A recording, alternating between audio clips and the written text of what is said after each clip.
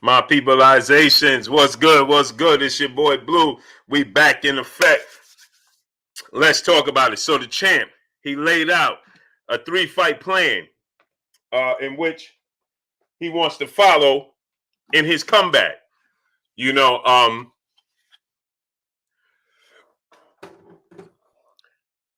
to make it happen. So he's looking to make a statement. Obviously, he wants to fight with Tyson Fury, that trilogy match. That's obvious, okay? What's understood needs no explanation. So we know he wants that Tyson Fury fight, right?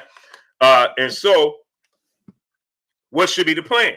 He made mention of Andy Ruiz Jr., Anthony Joshua, obviously, and Tyson Fury. So he wants to leave no doubt that he's the best heavyweight in the world in this era, right? Win, lose, or draw. Smash the like button. Let's work. They're not going to send out the notifications, but we got to work, right? So he wants to make a statement.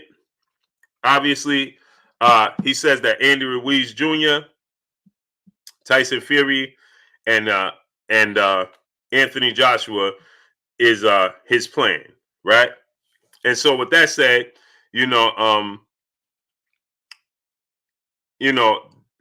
that is, a good fight plan for me, in my opinion. I think that that's a great idea. I think that all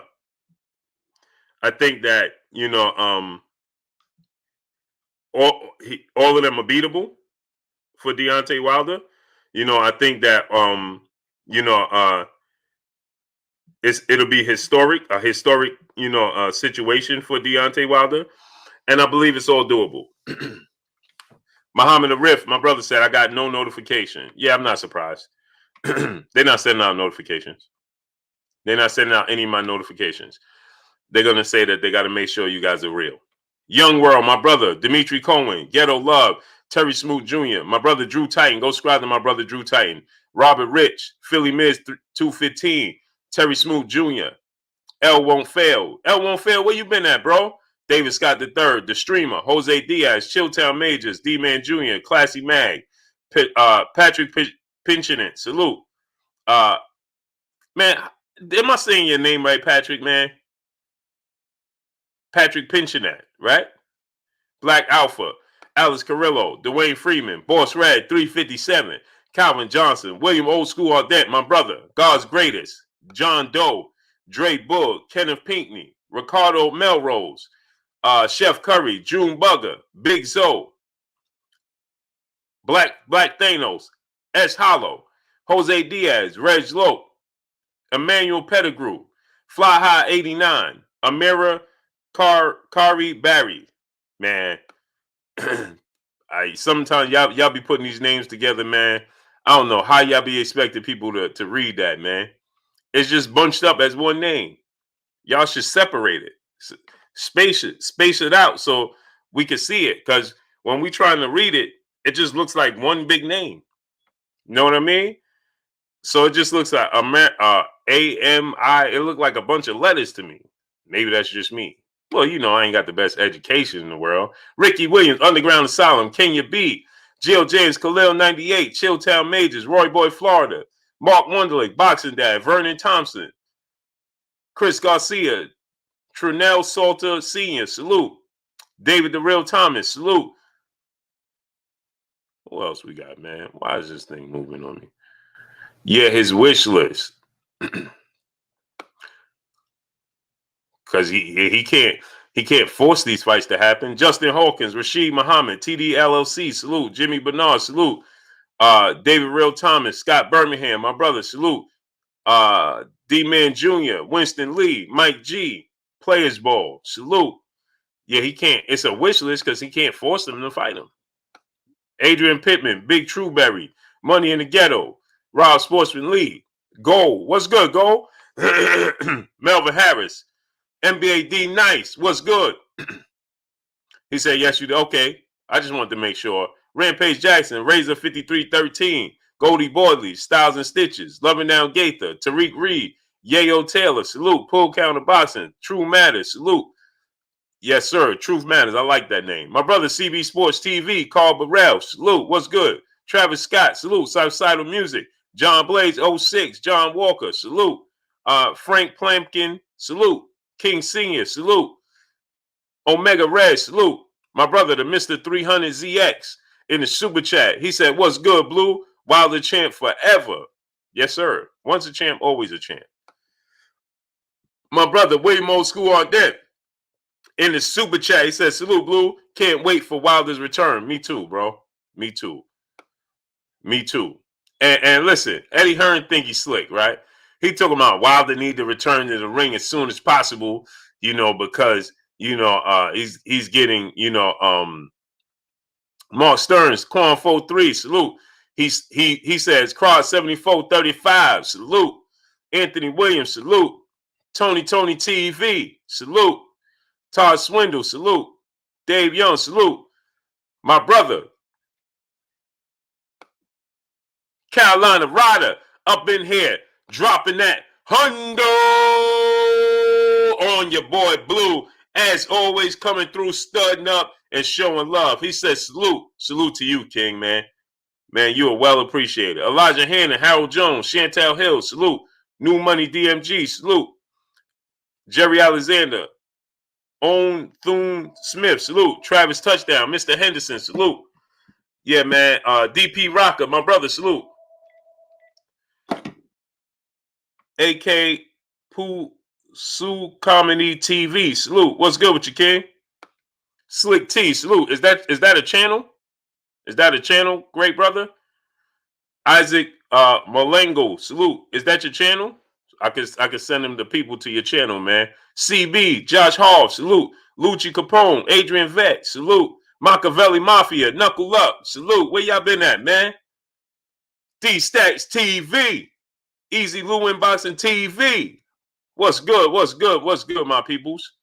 What's good? Great brother, that's your comedy channel, man. Let me know so I can, have the people go over there and subscribe to your channel. Felix Nunez, salute. King said so. My brother, Bitch, me Megastar, salute. If you got children, nieces, nephews, sons, daughters, friends with kids, little cousins, have them subscribe to KK Penson TV. On the Ropes Boxing, Chuck, salute. Yeah, let's work. Let's work. J Mill C, salute. J Mill C, salute to you. Emmanuel H, my brother, what's good? Johnny Stanley, salute. Bobo, salute. Bobo, man. I watch basketball, man. You Bobo, Denver Nuggets, man.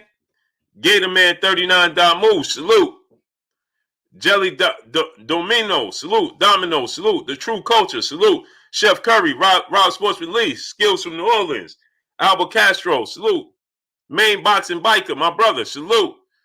Yeah, man, smash that like button, man. We got 300 people. Let's get 300. Let's get 300 likes, man. 315 people. Let's get 315 likes. Kenny Porter, salute. What's good with you, Ken? Bumpy T, my brother. I am Ill Will. Go subscribe to my brother. I am Ill Will. Quentin Michael, salute. Stormy B Man, my brother. Go subscribe to my brother, Stormy B Man. What's good with you, Stormy? Billy Bob, salute. Stormy, when you get a chance later on, when you stop at the a little over the hour mark, I want to send you a link because I want to get your thoughts on this. So, Stormy, when you're free, if you're free, let me know, bro. Well appreciated. I want to get your Billy Bob, salute. I want to get your opinion on this. Smash the like button, my peoples. We got 326 people. Let's get 326 likes. My brother, Gil Rodriguez Jr., what's good with you, young king? Go subscribe to my brother. I am Ill Will. Hey, Will, man, I keep meaning to, I'm going to text you right now, Will, because I keep meaning to text you, bro. And every day I'm like, let me text I am Ill Will. Let me text him. And I continue not to text you, bro. I'm about to text you right now because I need to get some of them black and white Concords. You dig? My brother, I am Ill Will, but he got the connect for the Jordans, for the Air Jordans. Dwayne Jefferson, Kentucky Fried Chicken, Winston Lee, salute. For the Air Jordans. Y'all remember Do the Right Thing? Remember Do the Right Thing? Hey, man, you just stepped on my brand new Air Jordans.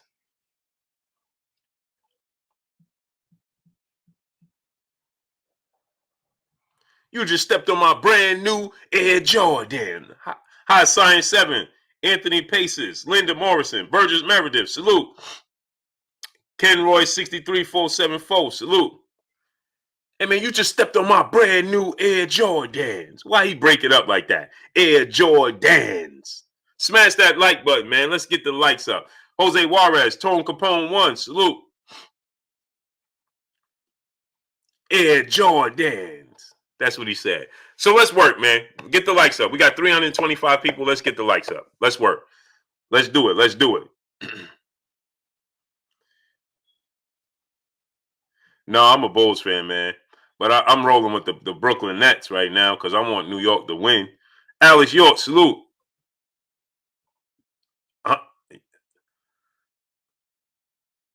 Yes, sir. Yes, sir. Well, Naughty Crash, salute. David the Real Thomas. So let's get into this. PGH Big Dog, salute. Nitty G, my brother, always 10 toes down. Appreciate my brother. Marvin Rollins Jr., salute. He 10 toes down all the time, man. DP Rocker said Lakers. Lakers about to repeat? Nah, man. The Nets gonna win, man. Jay Everything, salute. The Nets gonna win, man. Once they get their chemistry down, it's over. Once the Brooklyn Nets get the chemistry down, it is over. Destin Taylor, salute. It's over. Telling you, man. Once the Nets get that chemistry down, man, Boxing and Barbecue, salute. They hit 27 3-pointers last night without Kevin Durant. Elijah Plummer, salute. They hit 27 threes, Uber everything, salute, without Kevin Durant.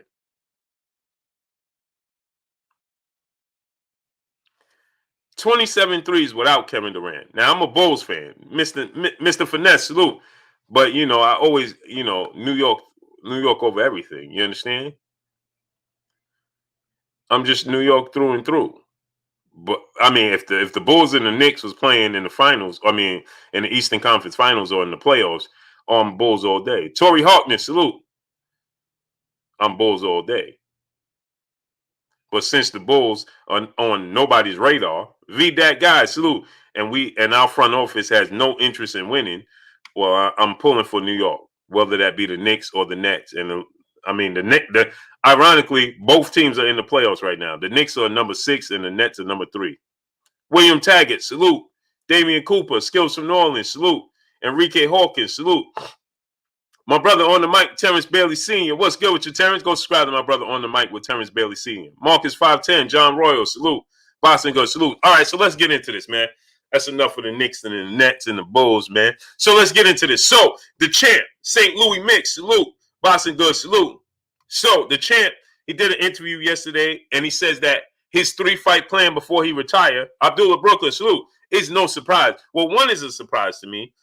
The other two are not a surprise. The surprise to me is this, right? Is that Andy Ruiz Jr. is on that list. D-Matt, salute.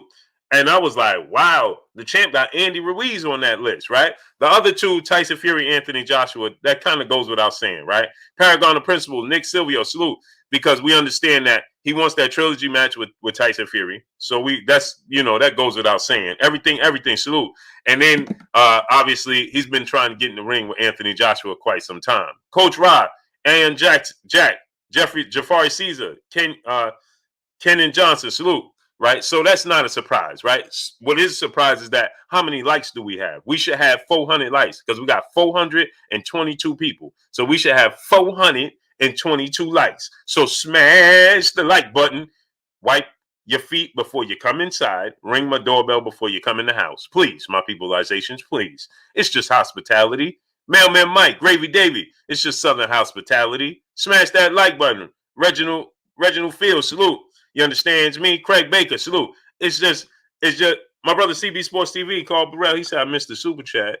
Didn't even see it, great brother. Didn't even see it. Do tell, great brother. Do tell. Wow, I can't even see it, bro. Hey man, man, I can't even see it. Man, I apologize, Carl Burrell, man. Well, what man? I apologize, bro. Apologies, bro. Terrence Chavez, Jay Grant, B Woods, salute. Chaz Theb, salute. Tell me what you said, great bro. Just type in what you said. I apologize, man. Just type in what you said, you know, and so I could put it up, man. Now I can't even go back and see it. That's one thing I don't like about this format. Like, I miss the super chat. You should be able to go back. I can't. Robert Rich, John Walker, Shamar Rashawn Shalom, Ashe, Urian Carter, salute. Chaz Theb, salute. I should be able to go back and see it, and I can't see nothing, man. T Brown, salute. My brother Emmanuel H in the super chat says salute Blue and people's in the chat. Bro, what we got to do to get them to send out the notifications. They either don't send it out or they send it out after the live stream. Yeah, they do that on purpose. And there's nothing you could do. Johnny Bryan, salute. Only thing I ask y'all to do is just smash the like button. Right? Raymond Mack, salute. That's the only thing I could ask, right? Because they inform me that, well, we got to make sure that the people are real. SG Pass, salute. So they ain't sending out. Y'all see, we should be well into 700 people right now. We have 440 people. Come on, we should be well into 700 people 20 minutes in. But it's all good. We're going to work. You understand? My brother said the only way Joshua Fury, he said the only way Joshua versus Fury happens if Fury fight Wilder first. So I doubt it happens. That's a fact. Bruce Lee, salute. That's a fact. So Wilder is holding it up. Smash that like button, my peoples. We got 450 people. Let's get 450 likes. Let's work. Let's work. Let's work. Florson's Colson, salute. Timothy Generate, salute. So my brother Carl Burrell is 1,000% right. He's holding a fight up. Deontay Wilder is, right? Damon Forster, salute. He's holding up that fight, right? That's why you haven't gotten an announcement. That's why Beat No B, salute. Southside of Music, Stanley Brown, salute. 309 likes, don't cut it. We got 450 people. Let's get the likes all the way up. Melvin Boone, JM, salute. So with that said, that's why today, Matchroom CEO and promoter Eddie Hearn came out today, right? And Eddie Hearn says, I'm tired of announcing, Carlos Williams, salute. I'm tired of announcing every day that it's going to, every week, that it's going to be 2 weeks from now. Prince Red, salute. Well, now I want to ask the people this. If Eddie Hearn is the promoter and he just essentially let you know he has no clue when it's going to be announced. New Jersey, Eric O, Damian Cooper, salute. He has no clue when it's going to be announced. Well, that lets you know everything you need to know, right? Because they told us, Harry Jones Jr., Jose Diaz, salute. They told us June 10th of 2020, that they agreed to a 2-fight deal for 2021. Now Eddie Hearn every week is telling you in 2 more weeks. And now today he says, I'm tired of telling the people 2 more weeks. I don't know when it's going to happen. Well, there you have it. Roy McIlrath, salute. Okay, he said Wilder will lose every fight, and you're going to watch every fight. Let's say he lose every fight. You're going to watch every fight. Paul Sutherland, salute. You're going to watch every fight. And then the thing about it, Robert Dortch, salute. And the thing about it is, when Wilder wins those fights, you're going to have an excuse for why he won. Because, see, you simply don't like Deontay Wilder. For you to come in here and say he's done means you don't know anything about boxing. Emmanuel Banks, salute. Nothing. As a matter of fact, if you go watch the George Foreman documentary, George Foreman says he had Kadeem Rodney, salute.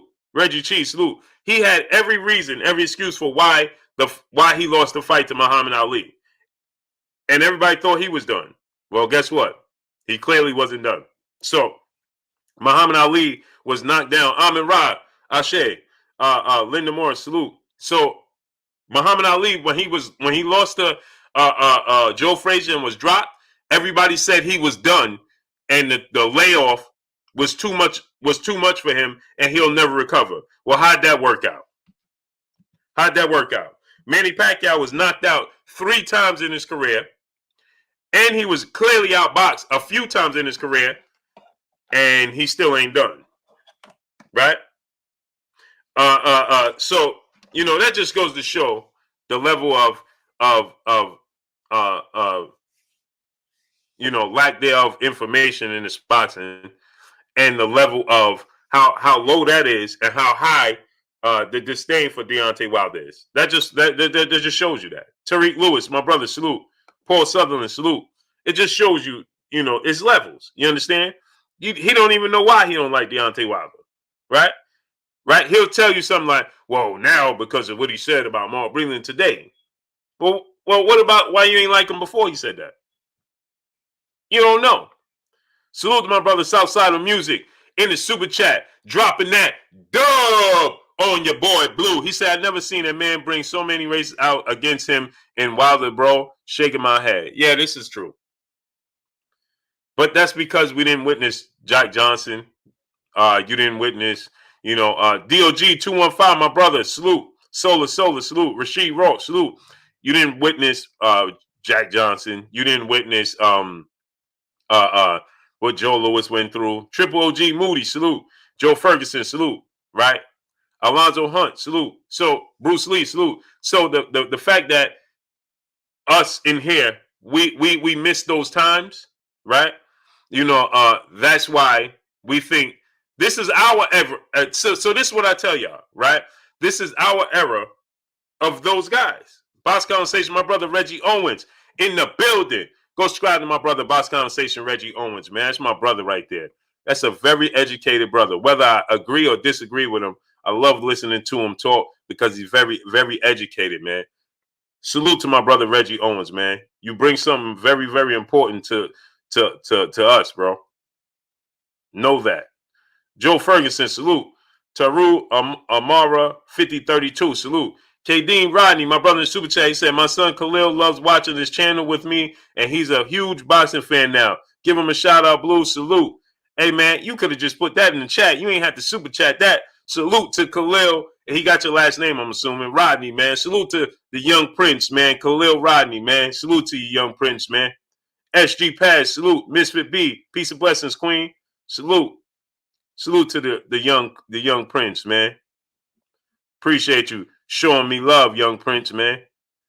That's much appreciated. Butch Cassidy, salute. A Sif G, salute. You already know, Reggie. You already know. He's our version of Muhammad Ali. And people see, when you say that, the first thing people think of, skill set.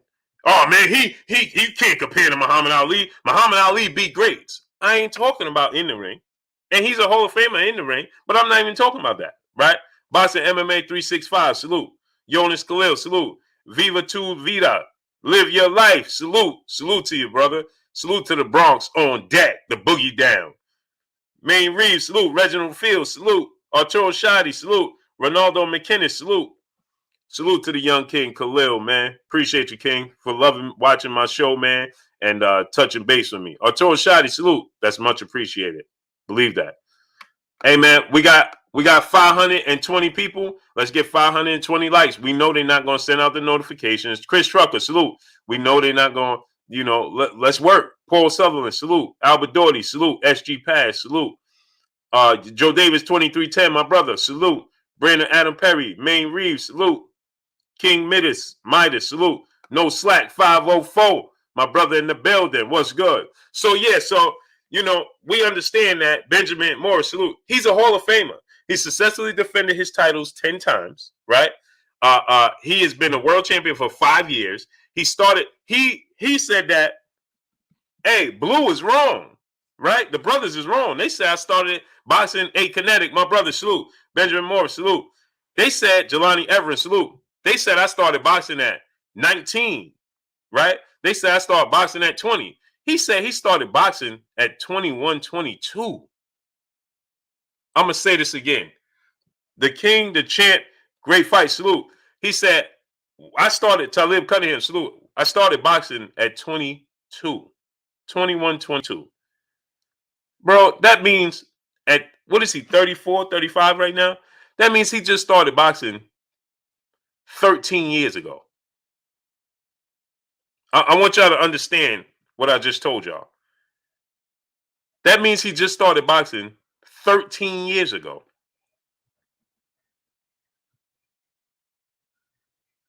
The King Jaffe Joe, salute. 13 years ago? Pugilist Nino Brown, salute. John Bryan, salute. Right?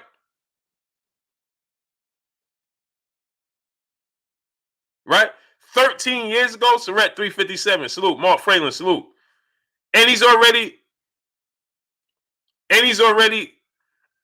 accomplished everything we already know him to already accomplish 13 years ago. Skills from New Orleans, my brother in the super chat. He said, I don't like to say it, but our brother Wilder should tune up even if he had Fury next because of the way he was cheated. Dead hashtag pray, he's the same. Oh, yeah, for sure. For sure. Yeah, he's good, though. He's good. Prince Hakeem, salute, but I understand exactly what you're saying, School of Skills. But I believe he got the same mentality like Errol Spence. Smash that like button. C Black, salute. You ain't missed nothing yet. I just started. Bevin Suguk, salute.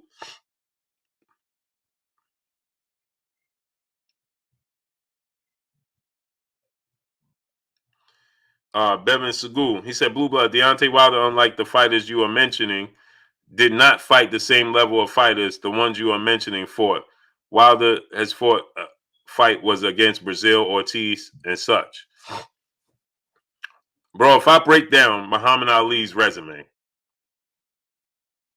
as I have done before. Mo 2013, where you been at, bro? Anthony Little, salute. You'll be shocked. You'll be shocked. Lynn Hickerson, salute. Hickson, salute. You'll be shocked. I've done this before.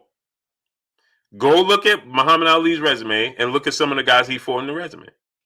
Now, obviously, we know he fought Joe Frazier, Ken Norton. Everybody's going to point to those guys. Joe Frazier, Ken Norton, Sonny Liston, George Foreman. We know he did that.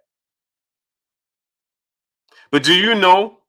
Let me enlighten y'all. Let me enlighten y'all. Anthony Hernandez, salute. Retro Rod TV, salute. Sean Thomas, salute. And this is by no stretch am I trying to diminish anything Muhammad Ali accomplished. I don't want it to come off that. Let me clarify that. Duke Doom 1, salute. Charlie J, salute. I'm not trying to diminish anything he's done. Kyle Brown, salute. But do you know at the age of 36, they were saying that he was far past his prime?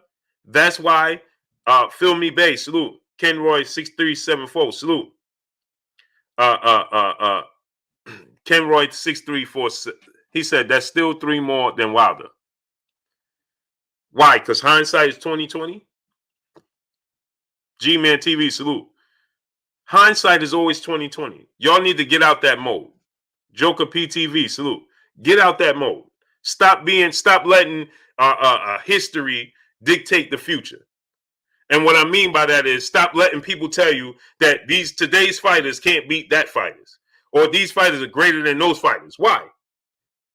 It's all you don't know we don't know how Luis Ortiz would have fared back in those days. Do you know how big Luis Ortiz would have been compared to those fighters in that day with his skill set?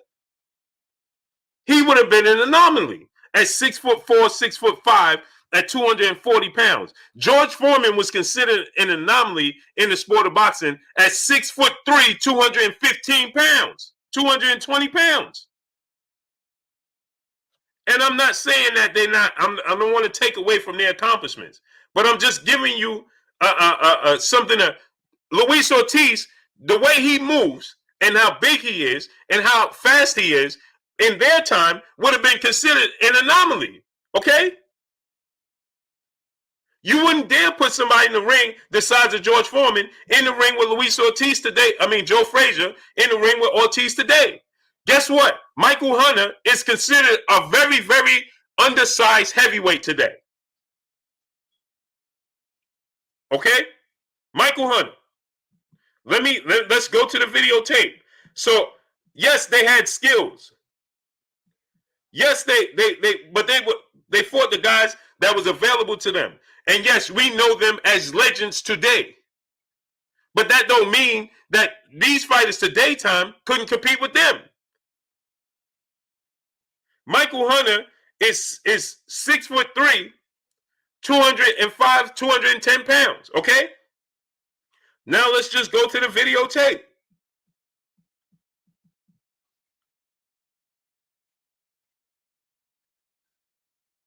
Joe Frazier was 6 feet tall and 210 pounds. He's smaller than Evander Holyfield. Armanian Harris, salute. Michael Hunter is bigger than Joe Frazier. Got drama allergy, salute. I'm going to say it again. Michael Hunter, and I'm not saying that Michael Hunter can beat Joe Frazier, because people will say, oh, Blue said Michael Hunter would beat Joe Frazier. That's not what I'm saying. Physically, Eric Jenkins, salute. Physically, Michael Hunter is bigger than Joe Frazier. Cal 27, salute. And Michael Hunter got power.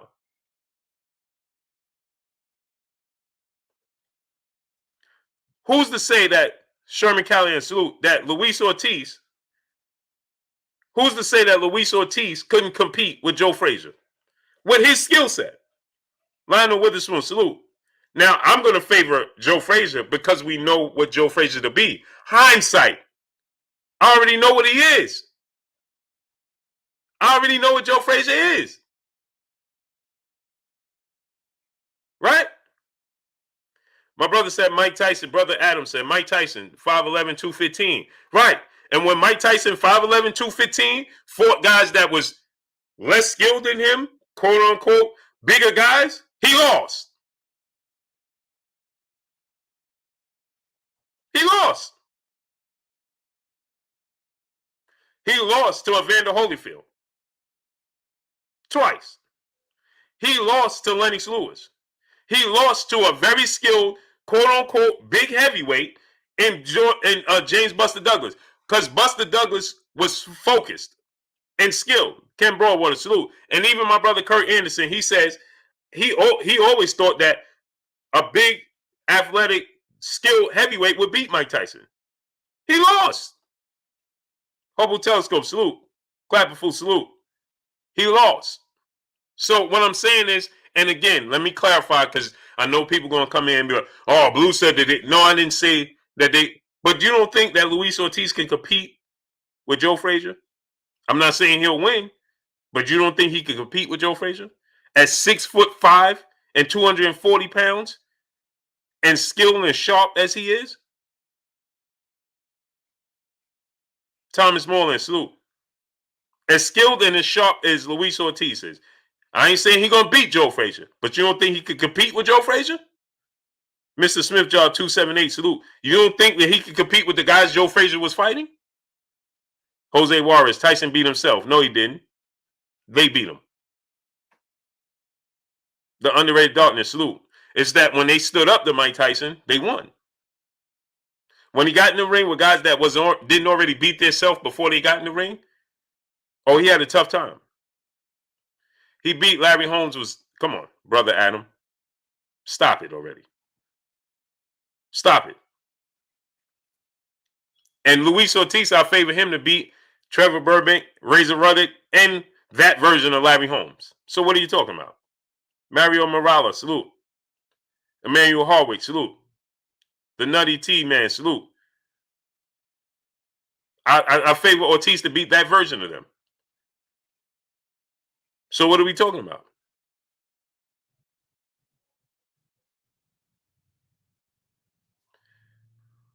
I don't think the heavyweight division is falling. I think it's doing good. There's always, listen, yes, there is. Let me tell you something, great fights. There's a controversy with the situation with Deontay Wilder. There's controversy in every era in every sport of boxing. Danny Webb, salute. It just happened. Smash the like button. We got 600 people. How many likes we got? Rampage Jackson, salute. Julius Young, salute. They don't want to send out the notifications. They don't want to send out. They don't want to make it the view. They don't want to make it available. So smash the like button. Let's get the lights up. We got 600 people, and y'all see they got the lights crawling and acting like they can't get up and they can't move. Big homie Coop, salute. Anthony Bolton, salute. Around the world, salute. Smash the like button, man.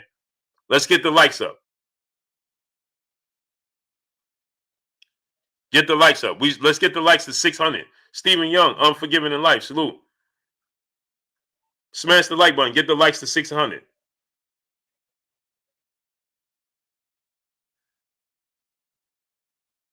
Let's work. If Tyson didn't go to, he would have beat Holyfield and Lennox Lewis. Sound good. Sound good. You got.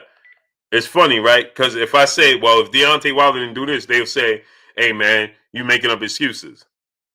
Tamika Gibson, peace of blessings, Queen. How you doing? I'm making up excuses. If I say, well, Deontay Wilder did it, man, he could have did this or this happened, it's making up excuses. But everybody got nothing but excuses when it comes to Mike Tyson. One hitter quitter, salute. MF, salute. Nothing but excuses when it comes to Mike Tyson. I love Mike Tyson. But why what's good with the goose should be good for the gander? Why is it not? Quan 43, that's what I'm hearing. I'm hearing that they will. I'm hearing that they are. Smash the like button, man. Get the likes up. Get the likes to 600. Let's work. Deontay Mosley, GD, salute. Filmy Bay, salute.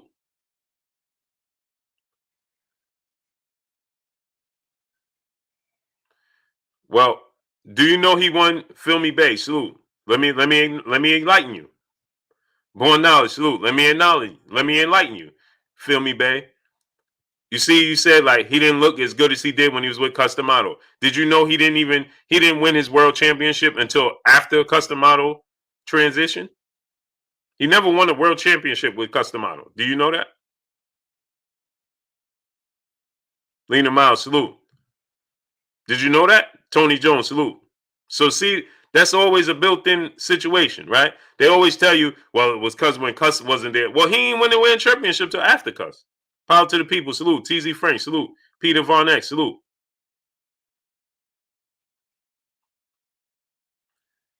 So how bad could he have been looking?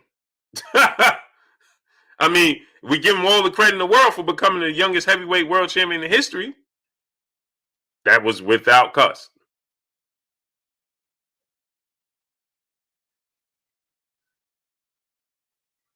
I mean,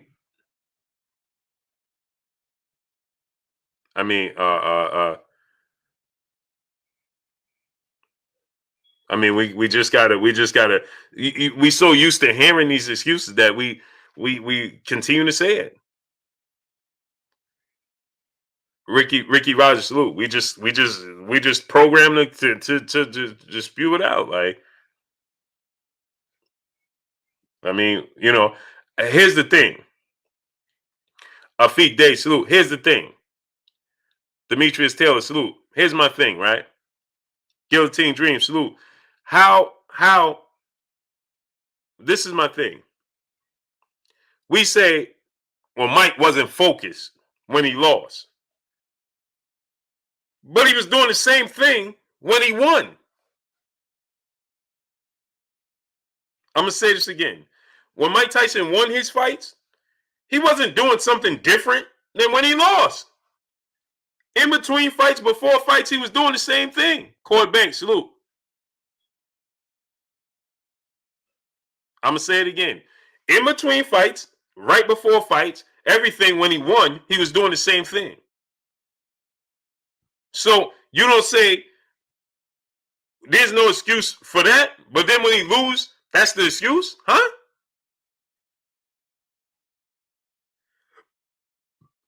How does that work? Milton McCann, salute. Cord Banks, salute. I'm just confused on how that works. Because we're so accustomed to saying, well, Mike wasn't the same guy, man. Mike was out partying. He ain't take it serious. Well, what about when he won? Cerebral Shadowboxer, salute. Chino Davis, salute. Well, when he won, he was taking it serious. When he lost, he wasn't taking it serious.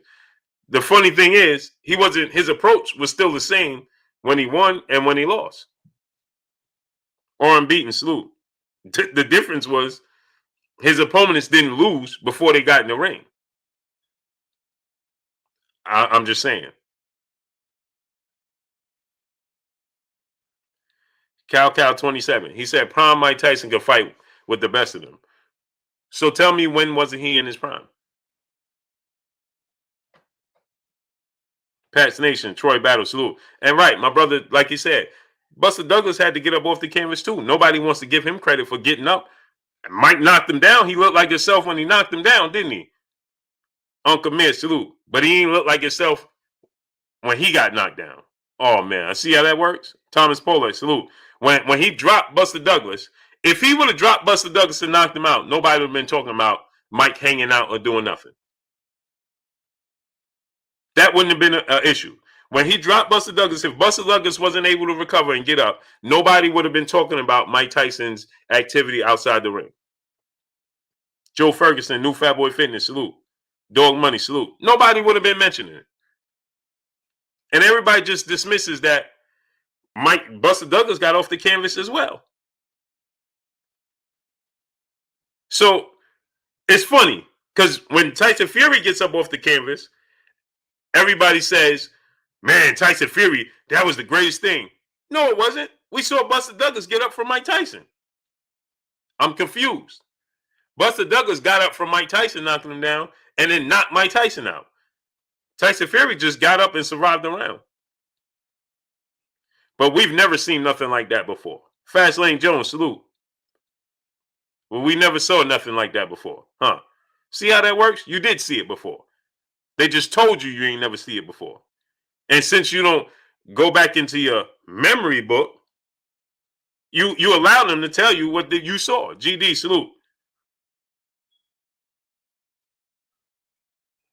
GD said they actually showed Mike struggling in sparring before the Buster Douglas fight. Well, do you know he was struggling in other sparring sessions before their fights too?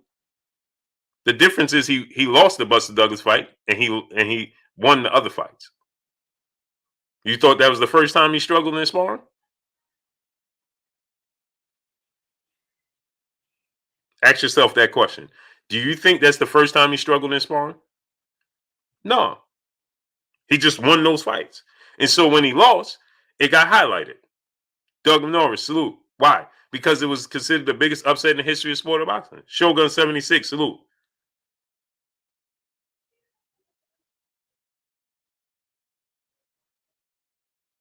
So that's what happens. So he's struggling in sparring before. But he won the fight. So you didn't hear nothing about it. It only became an issue when he lost. Funny thing is, Mike Tyson himself had never made an excuse. Ever. I mean, I know he's spinal. Spinal. It was spinal. I broke my back. I broke my back. Tony Nacho, stop looking at bro baby mama. You think it's funny. What's funny about it? What's funny about it? What did you think is what's funny? Tell us, Tony, what you think is funny about it. Tony Nacho, what's funny about it?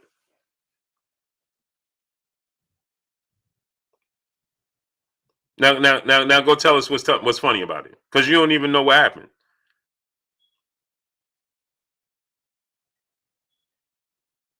Harry Brewster, salute. So now, Tony Nacho, tell us what's funny about it. I was scared. No, I wasn't. You don't know what you're talking about, and you don't know what happened. So you sound very silly. That's what you sound like. Chef Curry, my brother, salute in the super chat. Appreciate you, King. See? Now go back over to that channel and watch them. Silly. Mailman Mike, my brother in the super chat. Salute. He said, stick yourself, Tony. Facts. He don't even know what he's talking about. Boy, oh boy. See, that's how you know who's who in real life and who's not.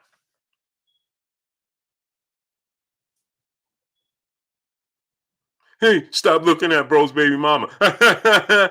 What's funny about it?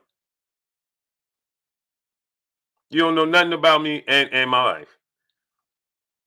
I got friends doing forever for not making right decisions. Learn the lesson. You should learn. See, what you should do is learn from people that's successful, not people that's not successful. That's what you should do. Dal Pone, salute. See how that works? Harry Brewster, salute. See, I'm from the school of learning how to maneuver to you listening to people. Yeah. So you don't know nothing about what's go. See, I can't say what I want because the platforms, restrictions. But anyway, back to regularly scheduled programming. My brother Mailman Mike, he says, "Stick yourself, Tony." Facts. Retros for life, 79 Boston. My brother, salute. Yeah, they don't know nothing about that, man. You should learn from people that's successful, not sitting there and listening to people that's not successful. Just saying. Cole Younger, salute. Just saying. Speaks volumes. Smash that like button, my peopleization. Get them likes all the way up. Get the likes all the way up. Tab Investment, salute. He said the partying caught up to him in the Buster Douglas fight. No, what caught up to him, what caught up to him was somebody that was skilled and hadn't already beat themselves before they got in the ring. Jay Cooley, my brother, salute. That's what caught up to him. Yeah, Jelani Everett. But you see, I just like to, pull the sheet down on people that don't know what they're talking about. They think they saying something cool that people wasn't even there. Silly rabbits, tricks are for kids. So anyway, man, I enjoy every era of boxing because I'm a fan of sport of boxing before anything else. That's what I'm a fan of. Right? A sport of boxing before anything else. You understand? And so Mike Tyson era, oh yeah, I love Mike Tyson era. I love Mike Tyson. Aleem Nasir, salute. I'm just going off of when people say, well, this can't happen or that can't happen, because we are so accustomed to hindsight is 2020, right? So you look from hindsight and you look at a situation, Philip D. Redden Jr., salute. Hindsight is 2020, right? So what happens is, we already know Joe Frazier, Muhammad Ali, George Foreman, Ken Norton, Larry Holmes. They already established. We already know. Roderick Frelot, salute. We already know. They already established. You understand? We already know how their history is already written, right? And so for that, we could never give nobody else credit, right? Because let's say they don't have as many. Okay, for instance, Dog Money, salute. My brother Jay Cooley in the super chat, he said, "Get them greens in, fam. Roll up." Yes, sir. You already know. So, for instance, right?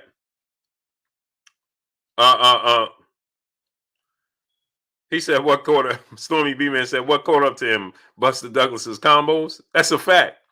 And so, here's the thing, right? How many likes we got? Smash the like button. We should have at least. We should get them likes up. We should be at 700 likes. Smash the like button. So, here's the thing, right? When you talk about Floyd Mayweather, immediately the first thing we say, oh, he can't compete, or he the four horsemen, Hagler, Hearns, Lennon, and Duran, he can't be better than them. Why can't he? Why can't he? Burgess Meredith, salute. Why can't he? And I'm gonna tell you why. Let me tell you something. When Muhammad Ali was saying, "I'm the greatest in the history, I'm the GOAT," Everybody's saying, man, he ain't better than Joe Frazier. I mean, Joe Louis. He ain't better than Jack Johnson. He ain't better than Sugar Ray Robinson. How dare he say that? Now, when you ask somebody on just walking down the street and say, hey, man, who's the greatest boxer in history of sport of boxing? What's the first name they're going to tell you? Smash the like button, man. Get the likes up. We should be at 700 right now. Smash the like button. Get the likes to 700. Jamil Allen, a.k.a. Jelly Bean, salute. If you walk down the street right now and you say, hey, Le'Veon Brooks, salute. If you say, hey, excuse me, who's the greatest boxer of all time? Who you think is the greatest boxer of all time? The first name they're going to say is Muhammad Ali. The first name they're going to say is Muhammad Ali. That's the first thing they're going to say. Everywhere you go. Right? But then you get my brother like Kurt and Stormy, they may say it's Sugar Ray Robinson because they're historians in the sport of boxing. Right? Because they are historians in the sport of boxing. Anwar Willis, my brother, salute. Young Trey, salute. They historians in the sport of boxing. You understand? Dwayne Quarles, salute. You understand what I'm saying? But you ask the Wayman Davis, salute. Solomon Yisrael, salute. You ask the common casual boxing fan, hey, who's the greatest of all time? They're going to say Muhammad Ali because that's what they was told. Stephen Fobbs, salute. D. Will, salute. That's what they was told. You see, the sports narrative it dictates and tells you who's who. Yeah, it's definitely not Robinson. Paragon of Principle, my brother in Super Chat, Wilder could KO anyone in any era. Hashtag reach and power. Oh, for sure. But they'll tell you, man, ain't no way he could compete. Why not? 7 trillion, salute. King Mac 5, salute. That's one thing I love when Floyd Mayweather said. I didn't get in this business. And Eric Jenkins, my brother in Super Chat, he said, Ali. Exactly. That's one thing King Mac 5, salute. I love when Floyd Mayweather said. I love when Floyd Mayweather said, I didn't get in this business. I didn't get in this business to say somebody else is better than me. Alondro Villarreal, salute.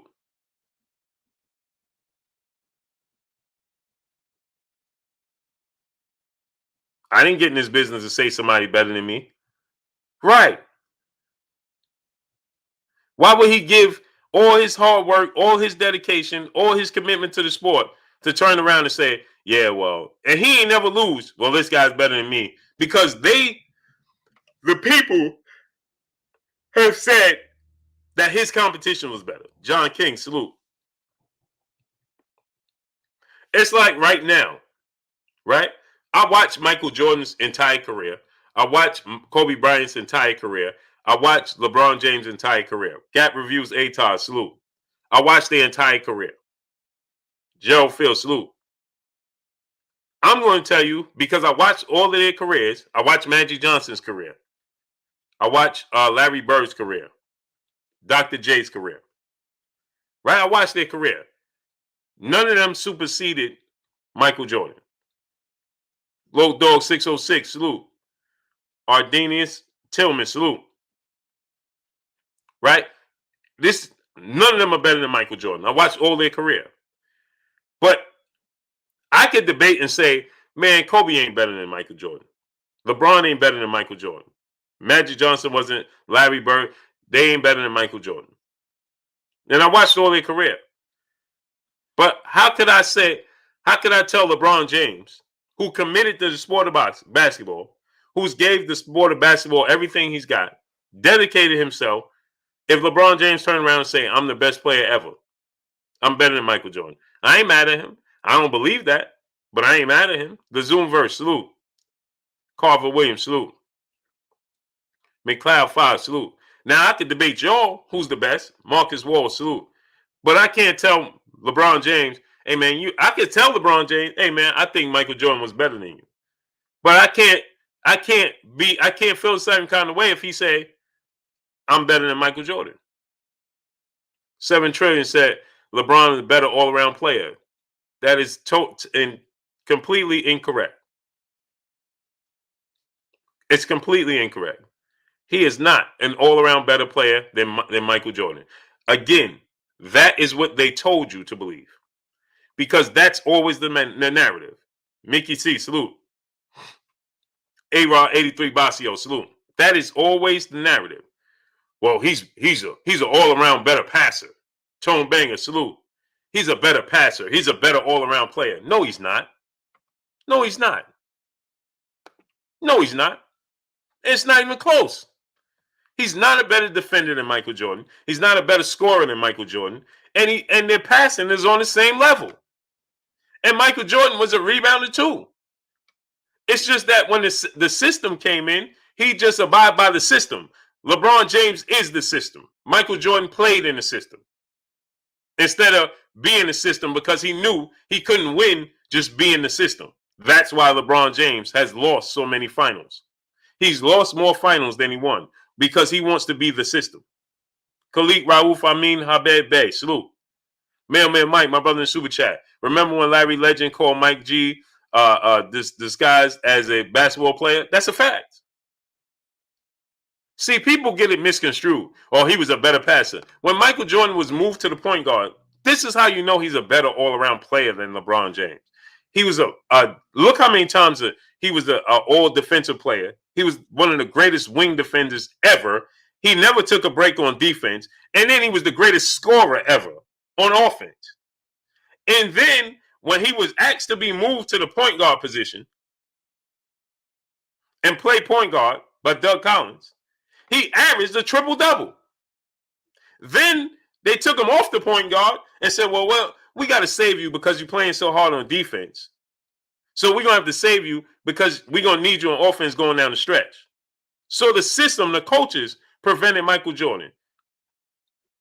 LeBron James is playing free ball. He's playing his system. There's no system. He's just running around creating plays and playing basketball like he's in the park. There's no system. That's why he needs the level of players he needs around him to be successful. Because there is no system. And that's why every player he plays with, all their numbers immediately drop. When Michael Jordan played with players, all their numbers went up.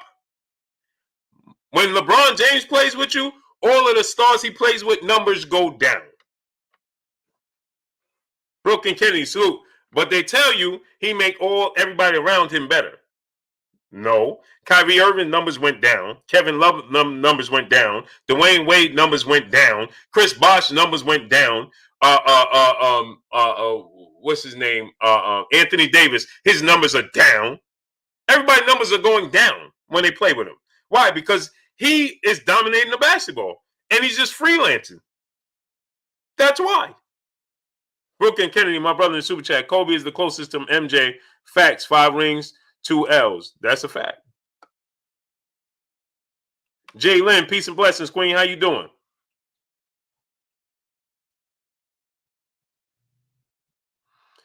Sneaky 25. See, somebody else that don't know basketball. Michael Jordan didn't make players better until Scottie Pippen got there. Well, you do know Scottie Pippen was there when we was losing, right? Oh, that's right. You didn't know that. Ashanti L, salute. Ron Gibson Jr., salute. Set the Tone Blast, salute. Mikey Window People, salute.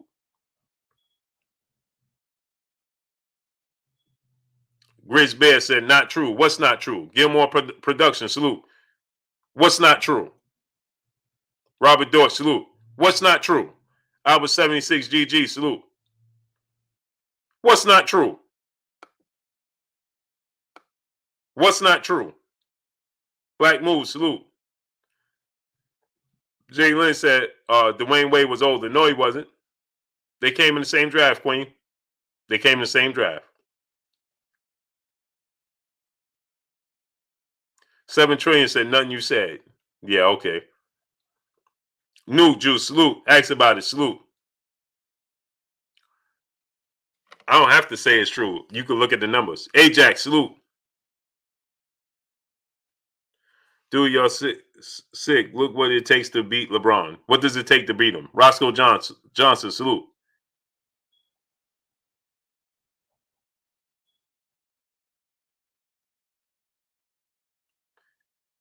What does it take to beat him? Ajax. Watch this now. Michael Jordan has never played with the amount of talent that LeBron James played with. Idol Perez, salute. That's a fact. Michael Jordan has never played with the amount of talent that Machiavelli Mafia, salute, that LeBron James played with. He's never played with that amount of talent, ever. And he never lost in the finals, and LeBron James did. Wade is a little bit older than LeBron. Yeah, he is. But she said he was older, as if he was older like he was done. No, he wasn't. The year before LeBron went to the Heat, people were saying, who's the best player in the league? Dwayne Wade, LeBron James, or Kobe Bryant?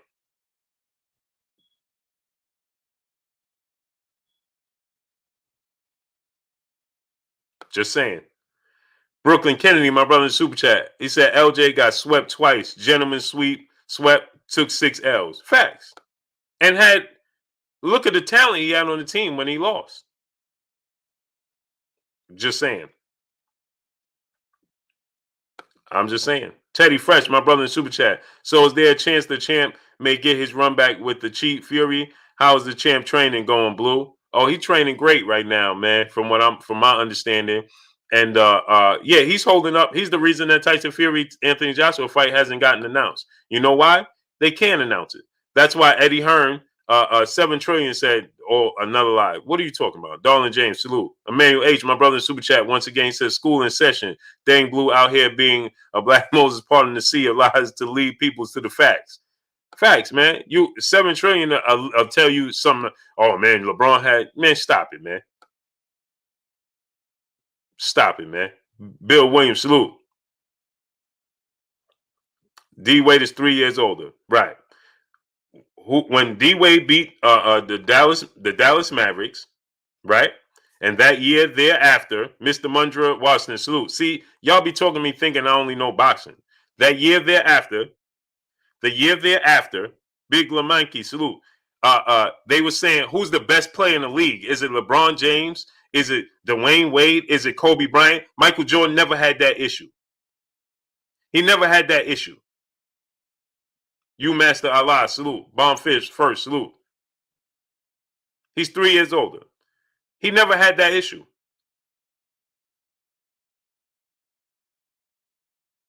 Never. So what are we talking about here? President Jafari, salute. He's never had that issue. There's never been that question. Dwayne Wade was hurt the whole time he was there. No, he wasn't. Stop it. They go, here we go with the false narratives. No, he wasn't. True Blue 4-5, salute. And if that's the case, Dwayne Wade was hurt in his entire career. He still won championships. So what does that mean?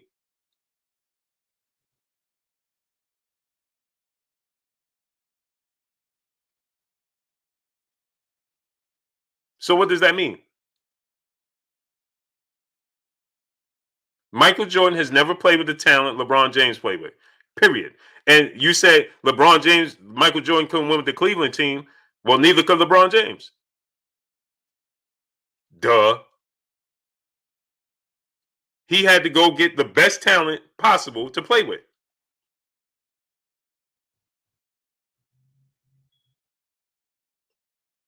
Period.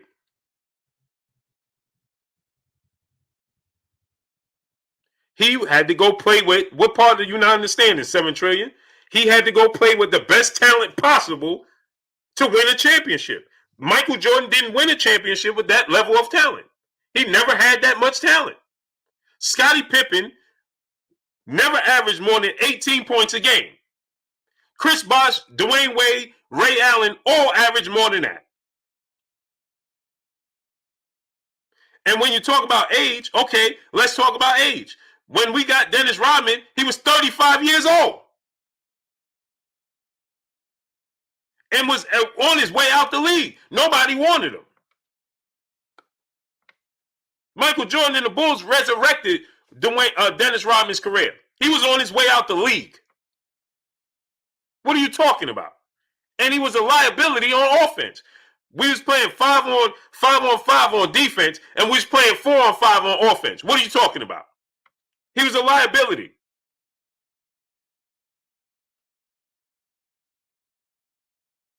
Emmanuel H., my brother in the super chat, appreciate you. He was a liability on offense. And on defense, people talk about, oh, he was a defensive stopper. Man, listen, when we went to the finals, Karl Malone absolutely walked right through Dennis Rodman, and so did Shawn Kemp. Stop it.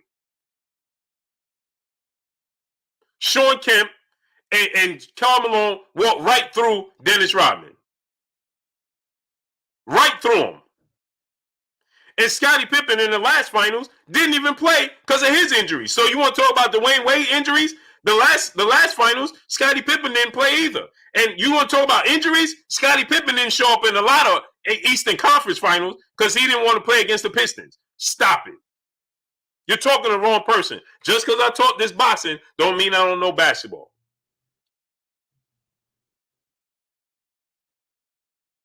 No, he didn't have an all-star team his last 3 championships. Stop it. You kidding me?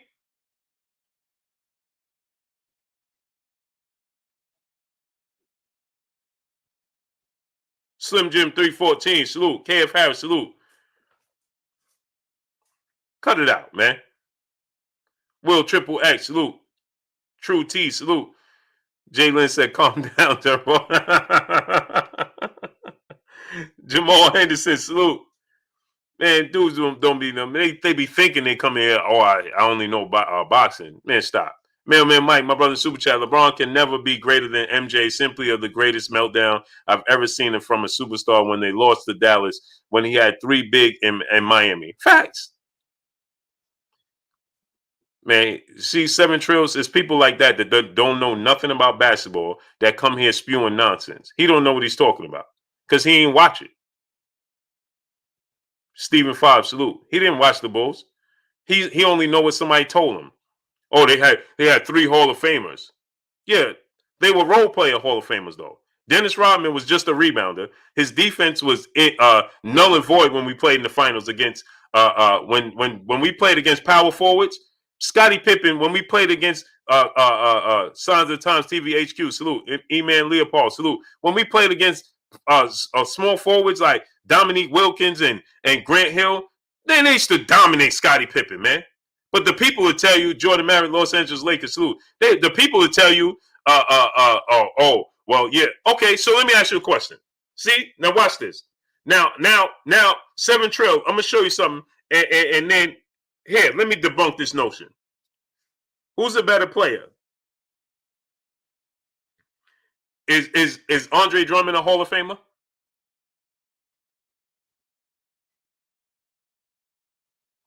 Answer the question, 7 Trill. Is Andre Drummond a Hall of Famer?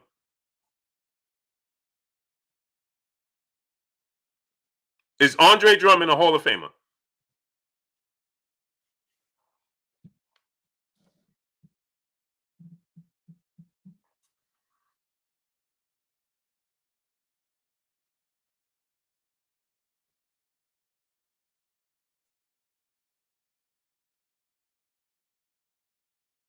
Is Andre Drummond a Hall? No, right?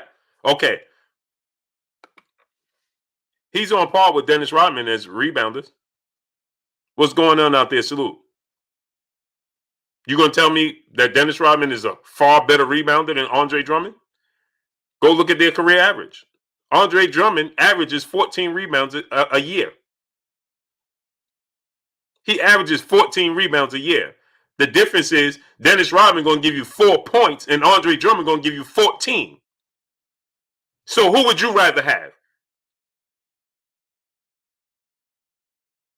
Right. Different times. Exactly. You don't know what you're talking about. Retro Rob TV, my brother in Super Chat. He said, I think Wilder should fight Usyk. Will Usyk duck? Yeah, Usyk will. Usyk will. He don't want that fight. The Queen, Jay Lynn, she said, but times were different. Rebounding is rebounding.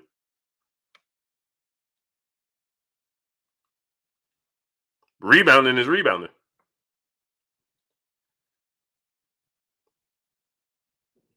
Rebounding is rebounding. The time is different as far as being a defensive end and shooting threes. Rebounding is rebounding. That ain't changed.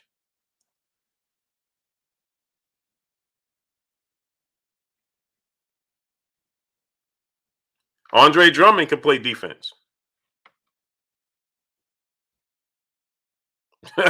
Andre Drummond can play defense.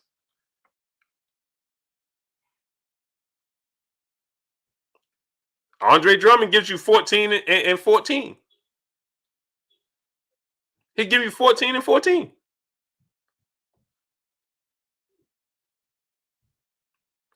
Would you rather have Chris Bosh giving you 20 points and 11 rebounds, or Dennis Rodman giving you 4 points and 14 rebounds?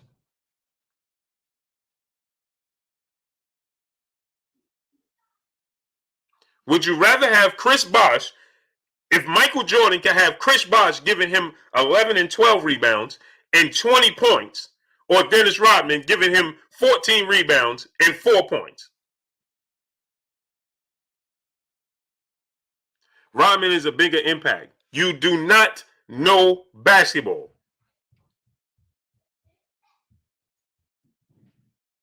Chris Bosh can impact you on the defensive end and the offensive end. Dennis Rodman is only going to impact you on the defensive end.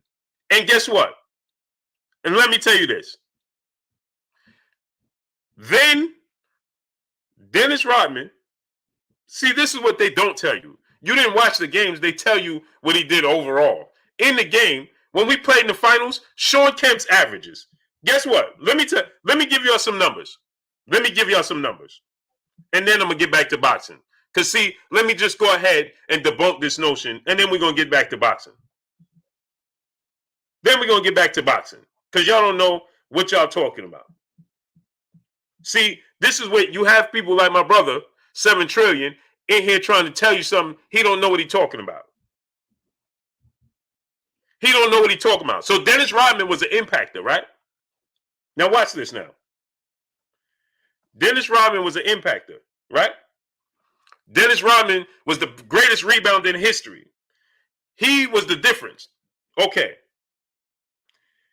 NBA Finals against the Jazz. Game one. Who was the rebound leader in game one? Who had the most rebounds in game one? I'm going to wait. In game one of the NBA Finals, who left the game with the most rebounds? I'm going to wait. Now watch me show y'all something. You can tell Noah to pass me 3 bottles of water. Who was the leading rebounder in game one? Karl Malone, right? Who was the leading rebounder in game two? Hold on. So Karl Malone had more rebounds in game one than Dennis Rodman, and he had more points than Dennis Rodman in game one. So who was the leading rebounder in game two? Oh, that's right. It was Dennis Rodman. Oh, no. It was Karl Malone, right? I already knew this by heart, so I can give you the actual numbers. That's why I'm looking at it. Because I already knew this, because I've been a Bulls fan since 1982-83. So I'm looking at it to give you the actual numbers. But I already knew who was the leading rebounder. I didn't have to look at this to tell you. Because I just told you that Karl Malone dominated Dennis Rodman in both finals, and Shawn Kemp dominated him in the other final. So in the 3 finals we got Dennis Rodman, Shawn Kemp was dominating him, and Karl Malone dominated him in the other 2 finals. So I'm giving you some numbers just so y'all know, right? So in game 2, Karl Malone led he had 14 rebounds in game 1. That was the lead. He had 12 rebounds in game 2. So Dennis Rodman didn't even have more than 12 rebounds. So how did he impact the game? Karl Malone led the rebounds. Now, in game 3, who led all teams in rebounds in game 3?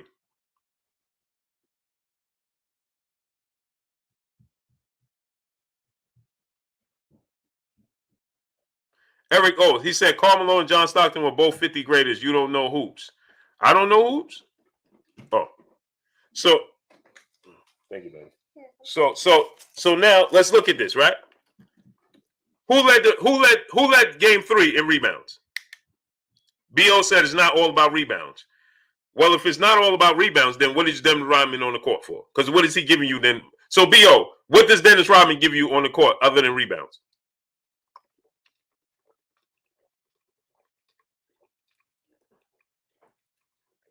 B.O., it's not all about rebounds. So what does Dennis Rodman give you on the court other than rebounds? Why is he on the court then? What is he on the court for? Yeah, Stephen J. What is he on the court for? Defense. Karl Malone was averaging 30 points. What defense was he playing? So Karl Malone was averaging 30 points and leading in rebounds. So what was he out there for? Fight to prove my love. Salute. So what was he out there for? Karl Malone, Sean Kemp averaged a career high in the finals. So what was he out there for?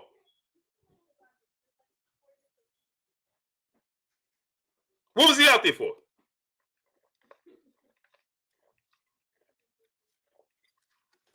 Toughness for what? If you being tough with your opponent and he's still averaging 30 and 12, then what do I need you out there for? What do I need you out there for? What do I need you out there for? P. Newell, Felix May, salute. Eric Olden, salute. What was you doing? CBNG, he said Karl Malone averaged 25, not 30. No kidding. I was okay, so he averaged 25. I was just hypothetically speaking. You didn't understand what I was coming from? Okay, so 25 and 12 is more than Dennis Rodman's 4 and 10. Who cares if he was only averaging? I got to get off of this subject. I got to get off of it. I got to get off. On to the next. On to the next. I can't. I can't, man. Southside of music. You understand what I'm trying to tell you?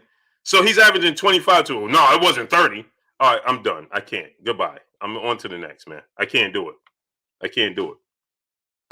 I can't do it.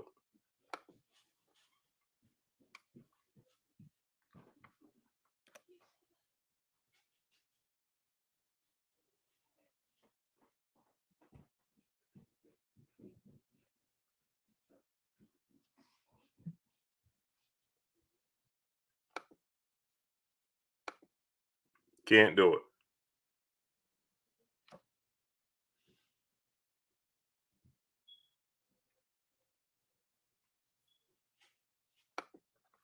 Not one game. 7 Trail said Jordan never averaged a triple-double. Goodbye. I'm done talking to you now. See? See? He don't know nothing about basketball. He gonna say Jordan never averaged a triple-double. There you go. Now you know he knows zero about basketball. that just lets you know everything you need to know. Michael Jordan never averaged a triple-double. Goodbye. Now, thank you for exposing and letting us all know you know zero about basketball.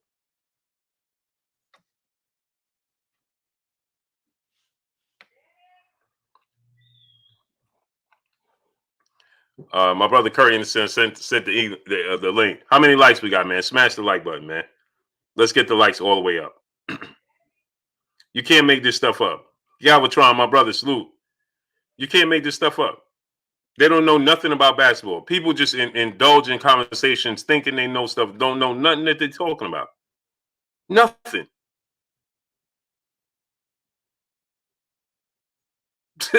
And Jordan, he never averaged a triple-double. He was averaging a triple-double when they moved him to point guard, and then they told him, you know something? They moved him to point guard. He was averaging a triple-double. And then they came to him and said, he's doing too much. For 10 straight games, he averaged a triple-double. And then they say, you're doing too much. We're gonna burn him out when we get to the playoffs. So we got to take him off of being a point guard. Go do your history. Go do your research. See? That lets you know nothing about basketball. So it's best for you to sit back and learn basketball. Sit back and learn something. That's the problem with today's time.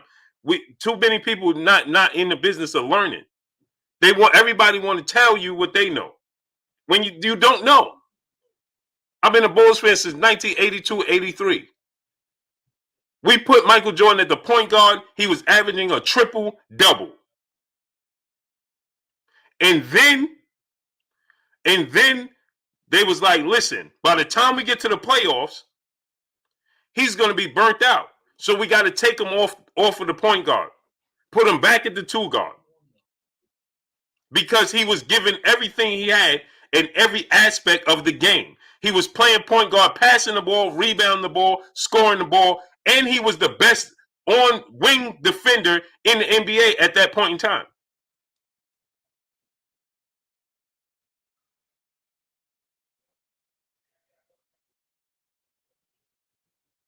So they was like, listen, by the time we get to the playoffs, he can't sustain this.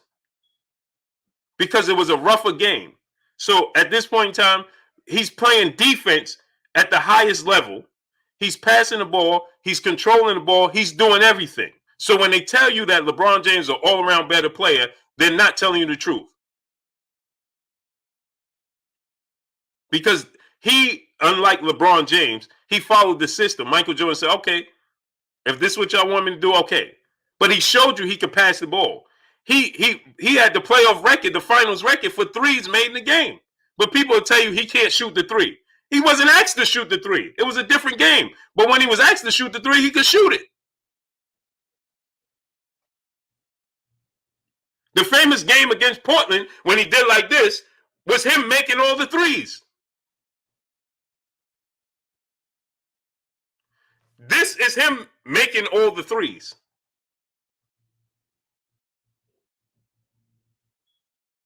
Learn basketball, man.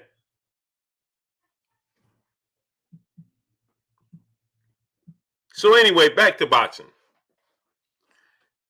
So now Deontay Wilder has a 3-fight plan, right? So right, he has 6 threes in against Clyde Drexler. Arguably top 5, not even arguably, top 5 shooting guard in the history of the sport of basketball. He had all those threes against him to prove a point. So when he wanted to shoot threes, he could. The game just didn't warrant him to shoot threes. It wasn't that he couldn't. The game just didn't want him to. L-Dub, salute. And then when he asked to play point guard, he averaged a triple-double when he played point guard. So how could LeBron James be a better player? On what end? He showed you if you ask him to be the point guard and pass the ball, he's going to average double digits assists. And going to give you 30 points. And going to give you 10 rebounds. And going to be the best wing defender in the league. LeBron James is going to slack in one of those areas. Right now, LeBron James, he could average a triple-double. Yeah, but he's the worst defender, one of the worst defenders in the league. He's one of the worst defenders in the league. Michael Jordan was not the worst defender in the league. He was the best wing defender in the league. In the land of the big men. There is no big men that LeBron James have to worry about today's time and just standing in the paint with no 3-second rule. The big men just camping out in the lane. Everybody had legit 7-footers that was legit. Not these role-playing legit. The worst center we would have had in the league at that era would have been a dude from the Jazz. He was playing against Hall of Fame centers. Patrick Ewing, Olajuwon, David Robinson, Shaq, Brad Daugherty, man, the list go on and on. It goes on and on. This is what I'm trying to tell y'all. Peace and blessings to the Queen, Jay Lynn, in the super chat. Dropping that dub on your boy Blue. She said, this just for that lesson. LOL, always facts. Peace and blessings, Queen. Man, go look at Greg Olstertag numbers and go look at these numbers. Mark Eaton, yeah, Mark Eaton was good. See, y'all don't know, man. This is what I'm talking about. Mark Eaton was good. Look at their numbers. Alonzo Mourning, Hakeem Olajuwon. Then, now on top of that, he played with the era's greatest power forwards. Karl Malone, Charles Barkley, all of them in his era. So if it wasn't a big man at center, it was a power forward. And then the wings he had to play against. Man, y'all just don't understand, man. Y'all don't understand, man.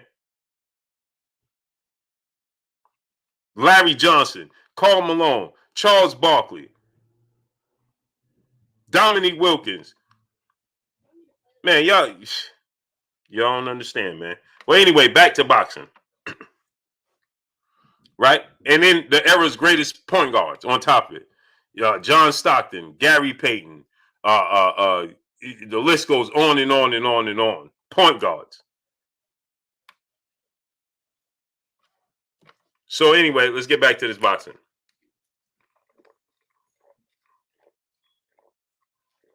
And hold on.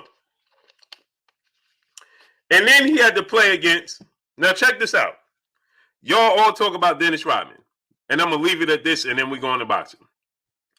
Y'all all talk about Dennis Rodman. Well, when he played against the Pistons, they were so good that Dennis Rodman wasn't even a starter. I'm going to say it again. Michael Jordan, y'all talk about, oh, we got Dennis Rodman and he played with all Hall of Famers and that's in the last year's his championships. Yeah, well, when we had to go through the Pistons, they were so good that Dennis Rodman was on the bench in his absolute prime.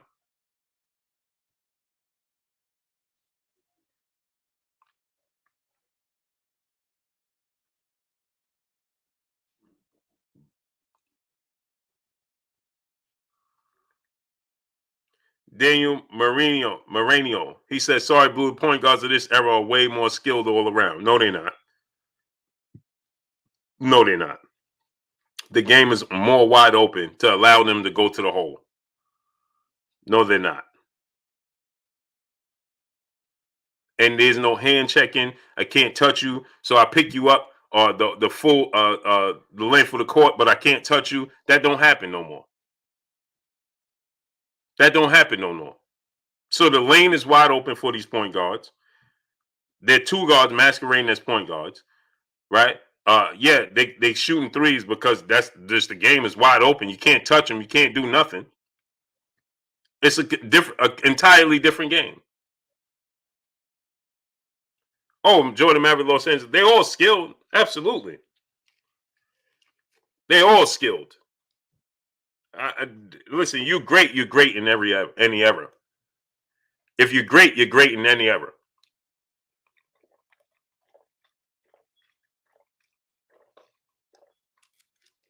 He said he's still a Hall of Famer. Right. But let me tell you something. So Michael Jordan beat that Hall of Famer when he was coming off a bench with a non-Hall of Famer at power forward in Horace Grant.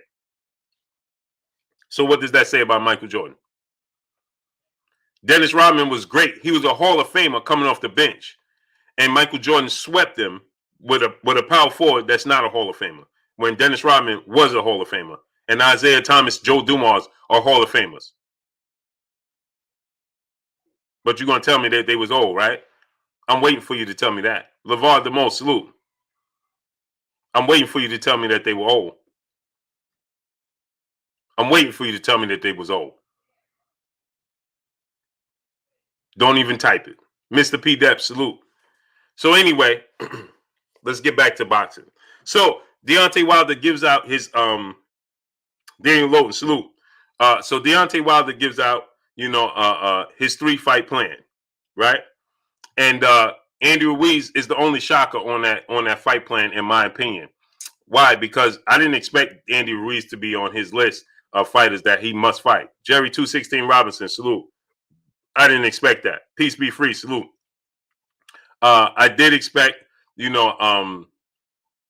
Anthony Joshua, Jeremiah Claiborne, salute. Joe Jack, salute. I expected Anthony Joshua to be on the list. I expected Tyson Fury, obviously, to be on the list. But here's the thing. See, Deontay Wilder is holding up this Anthony Joshua-Tyson Fury fight. He's absolutely holding it up, right?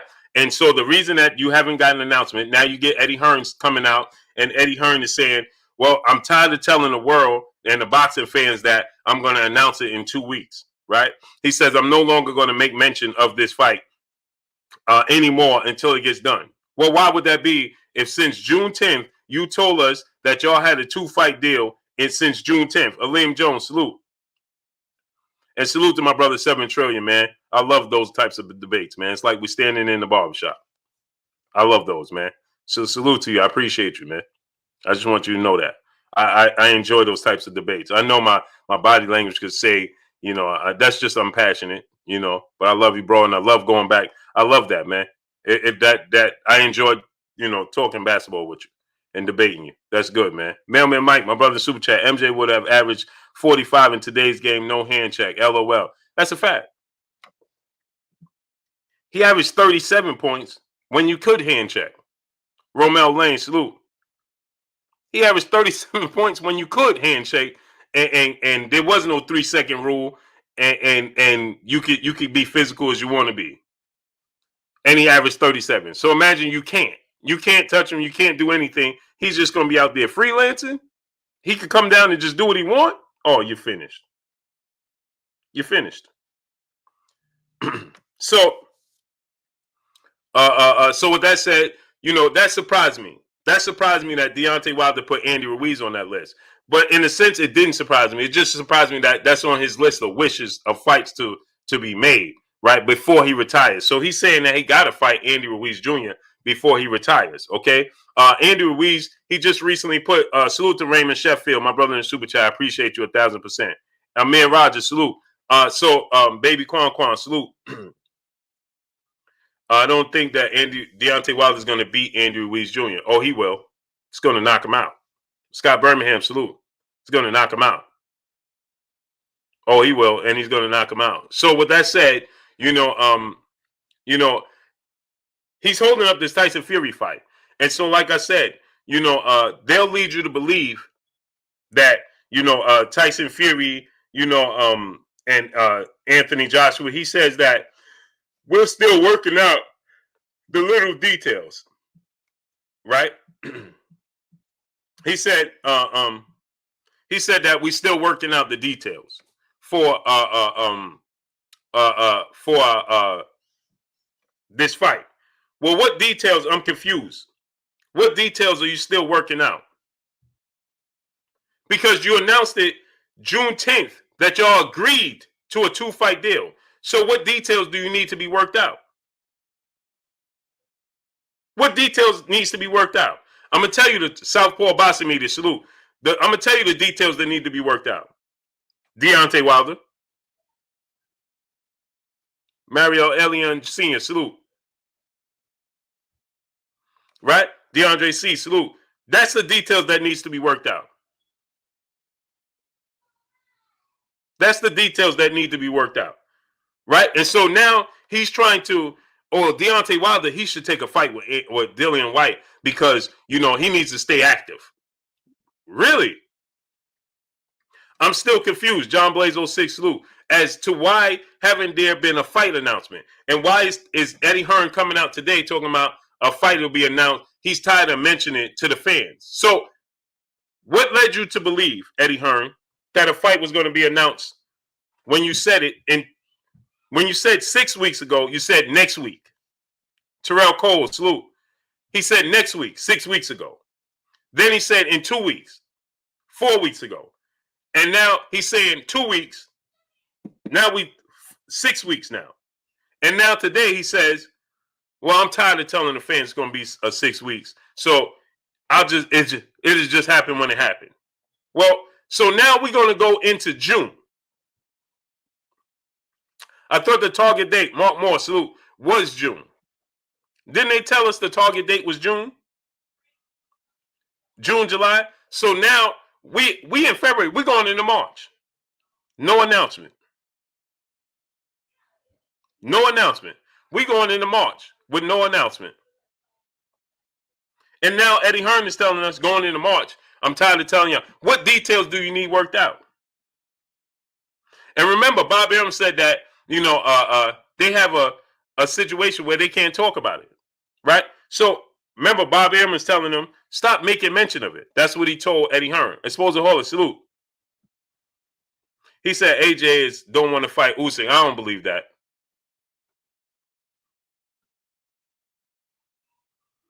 I think Anthony Joshua knocked Alexander Usyk out.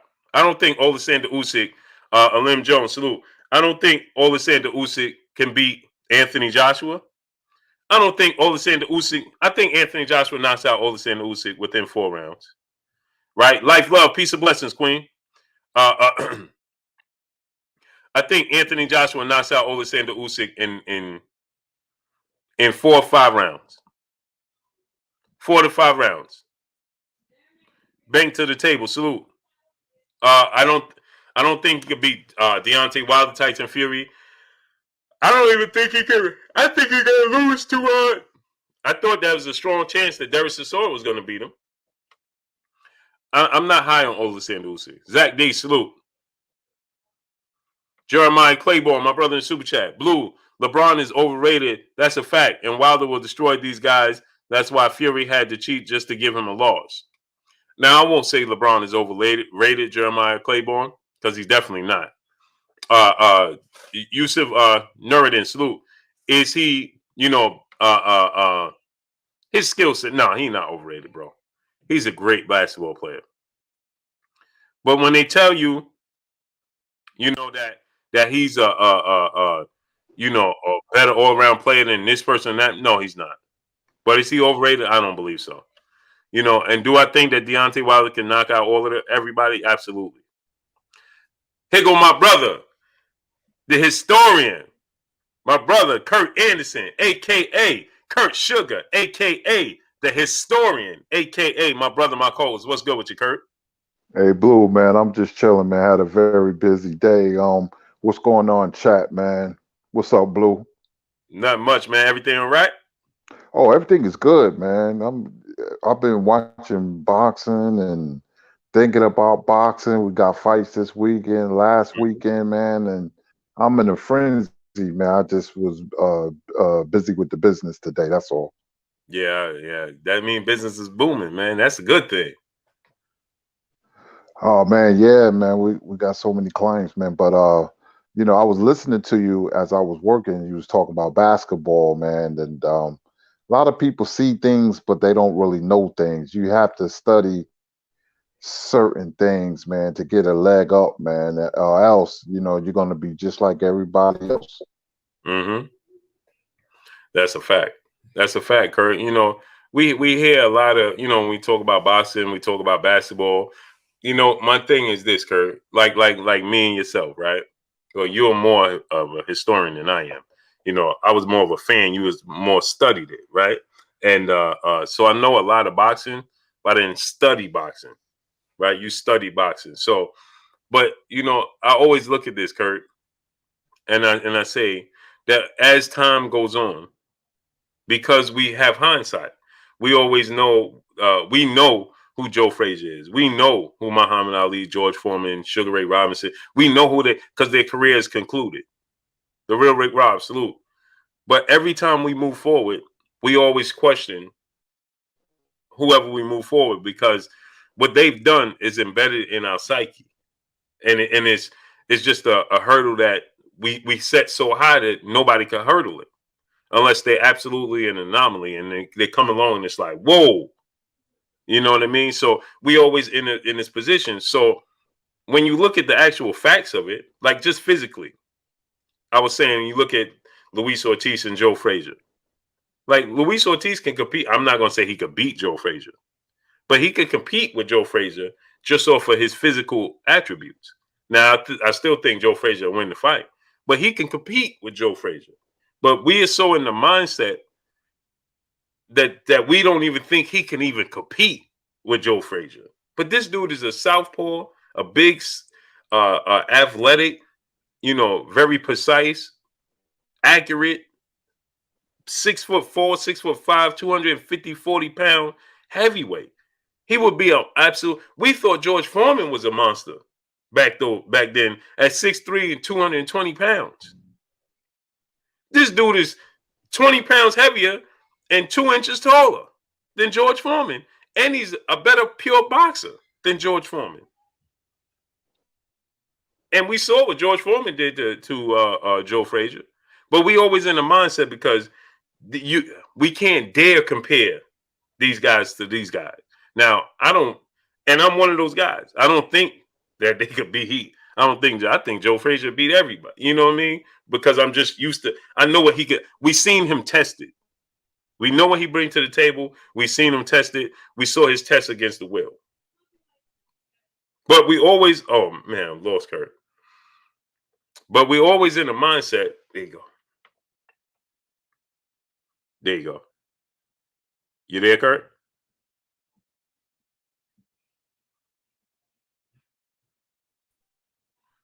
Kurt, you there? Again, this is my own opinion.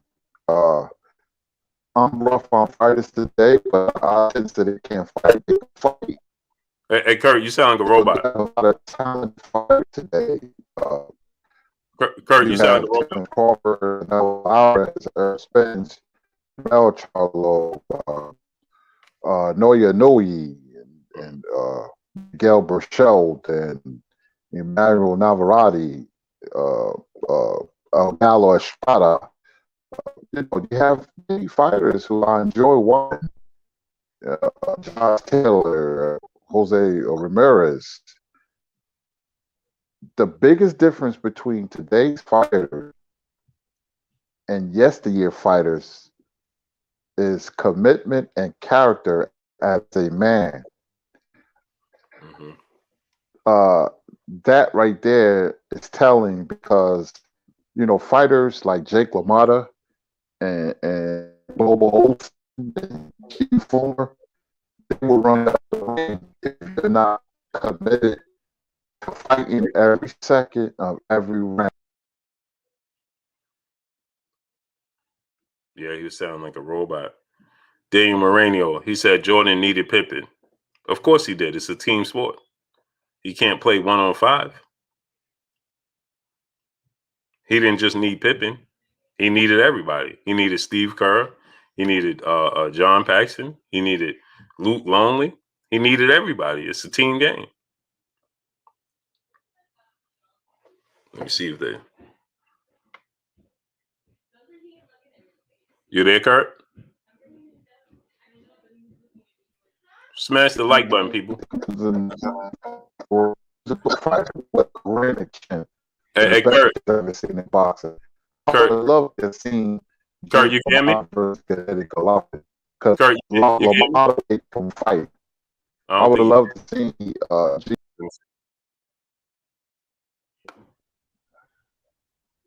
Hey, Kurt, you can hear me? Canelo's highly skilled. Can you hear me, chat? Something's going on with the stream. Can you hear me? Yeah. Everything you were saying, I was saying, Kurt, can you hear me? You hear me the whole time you was talking, but you just sound like a robot the entire time. Oh man. Yeah, we didn't hear nothing you said right now. We can hear you now. Yeah, I can hear you now. You sound like a robot. Let me carry on with the show. I don't know what's going on, man. Yeah, I can hear you now. Yeah, I can hear you now, clear. I'm steady. Oh boy. Yeah, I was saying, I'm like, Kurt, we can't hear you, Kurt, we can't hear you. But you I didn't hear anything. Yeah. I'm like, Kurt, we can't hear you, bro. But I knew something was wrong because you can hear me clear because something came on my phone and this says unstable connection. I'm like, and I'm talking like for 5 minutes and I'm like, oh boy. Yeah, the whole time we everybody in the chat like Kurt sound like a robot. I'm like, Kurt, we can't hear you, bro. We can't hear you.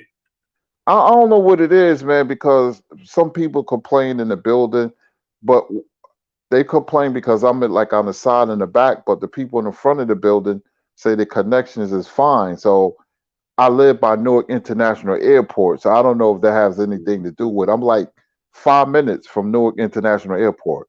I'm right there. Yeah, that's probably what it is. But you clear now, so we can hear you clear as day now, crystal clear. Unbelievable, man. But no, finish up what you were saying, and then No, I'll come in. no, I left off when you was talking. Well, since you guys didn't hear me, I was saying today's fighters can fight, and I was like Crawford, Canelo, Spence, Noya Nui. It's not the talent, and like my friends say, I'm rough on fighters today.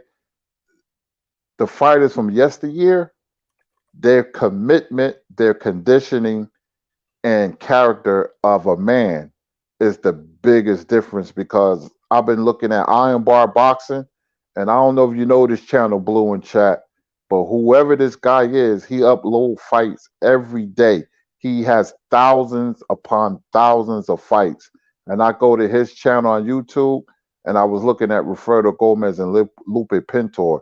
That was a 15-round fight. That was an undercard of Tommy Hearns and Wilfredo Benitez, and they fought like two pit bulls. And that's when I tell my friends that's the biggest difference between yesterday fighters and today fighters is the commitment. You know that the fighters of yesterday had, and they was in great shape. And that fight ended late. You know, it was a late round knockout with Wilfredo Gomez, but you should have seen the way they fought. They fought like two pit bulls, and those guys fought every second of every round. And don't get me wrong, Tank is a monster, man. Jamel Charlo is a monster. Miguel Burchell and Emmanuel Navarrete is throwback fighters because they fight every second of every round. You're going to have to beat them down. The guy that knocked out Warrington, he fought with a purpose. I like to see guys fight with a purpose. That's why I'm a big Tank Davis fan. When you got somebody like Adrian Broner who has loads of talent and won't let his hand go, you say, what's wrong? Why he won't let his hands go, man? That fight with Mikey Garcia, when I looked at that fight, I said, all Broner has to do is let his hands go. Mm-hmm. But he don't. But you don't have to tell Miguel Burchell that. He throws like a million punches around. So does Emmanuel Navarrete. Look what Mauricio Lara did to Warrington this weekend. So I love it when fighters fight with a purpose to win. And fighters today, they have talent. I mean, it takes too long for them to fight, and sometimes they don't fight the best competition. That's the biggest difference between yesterday's and today's fighters. Mm-hmm. Yeah. Now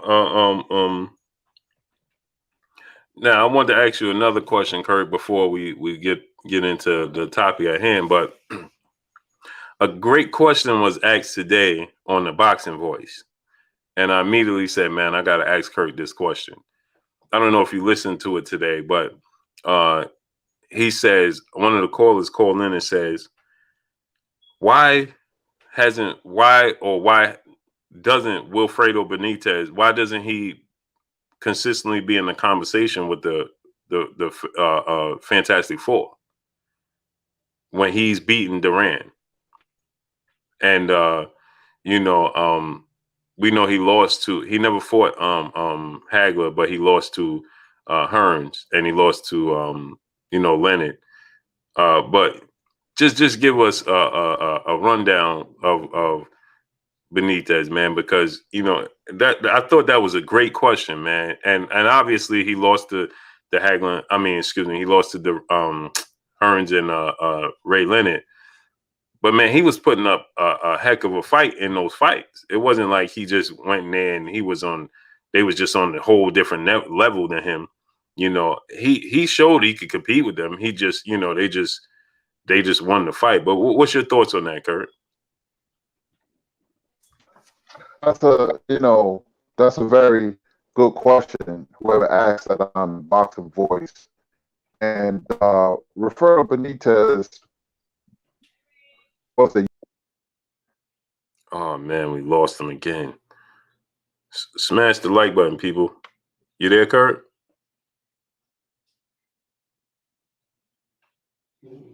He won the title in 1976 at the age of 7. Man, let Let me see. And, Hey, Kurt, you can hear he us? was,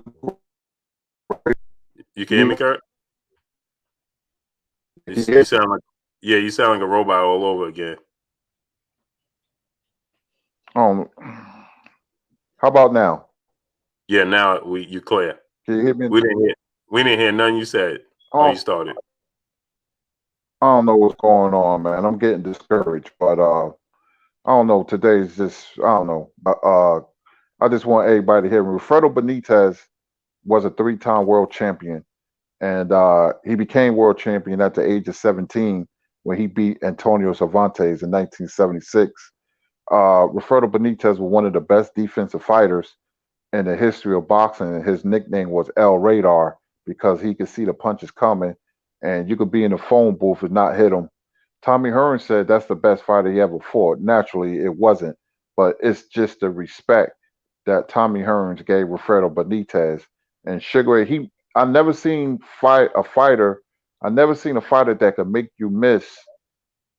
And remember, we're talking about Tommy Hearns and Sugar Ray Leonard. They both said that Benitez was the hardest guy to hit. They both said that. I never seen Tommy Hearns miss punches when he fought Wilfredo Benitez. 3-time world champion, he gave Roberto Duran a boxing lesson. And he was a better fighter than Duran, technically.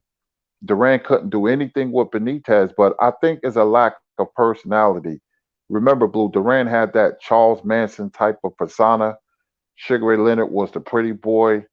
Tommy Hearns was the puncher.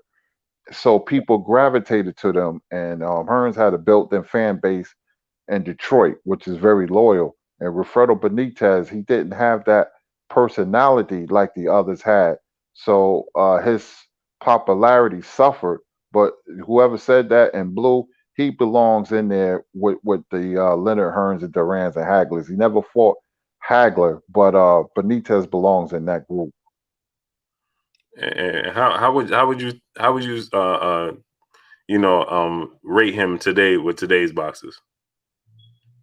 Honestly, I think he frustrates and beats everybody at welterweight, including Terrence Crawford and Earl Spence. Even though their careers are not finished, Spence and Crawford are very good fighters.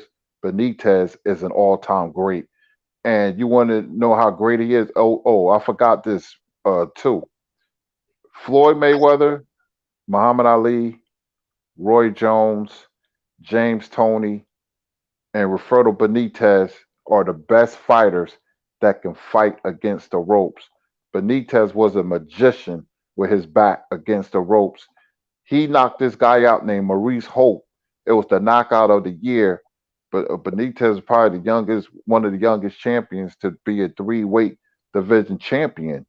But if he was fought today at 147, he will beat Terrence Crawford and he will beat Errol Spence because he will frustrate them and he will win a decision. He was a master counterpuncher and he moved his head beautifully, man. Benitez was a great fighter. He beat Duran. He proved it when they fought. If the fight wasn't even close, he boxed the trunks off Roberto Duran. Mm-hmm. Yep. Now, let's get to the topic at hand. Deontay Wilder, Kurt, he said that he got a 3-fight plan before he retires. And smash the like button, people. Let's get the likes up. How many likes we got? Smash the like button. How many likes we got? Somebody tell me how many likes we got. Yeah, so he said he got a 3-fight plan, right, Kurt?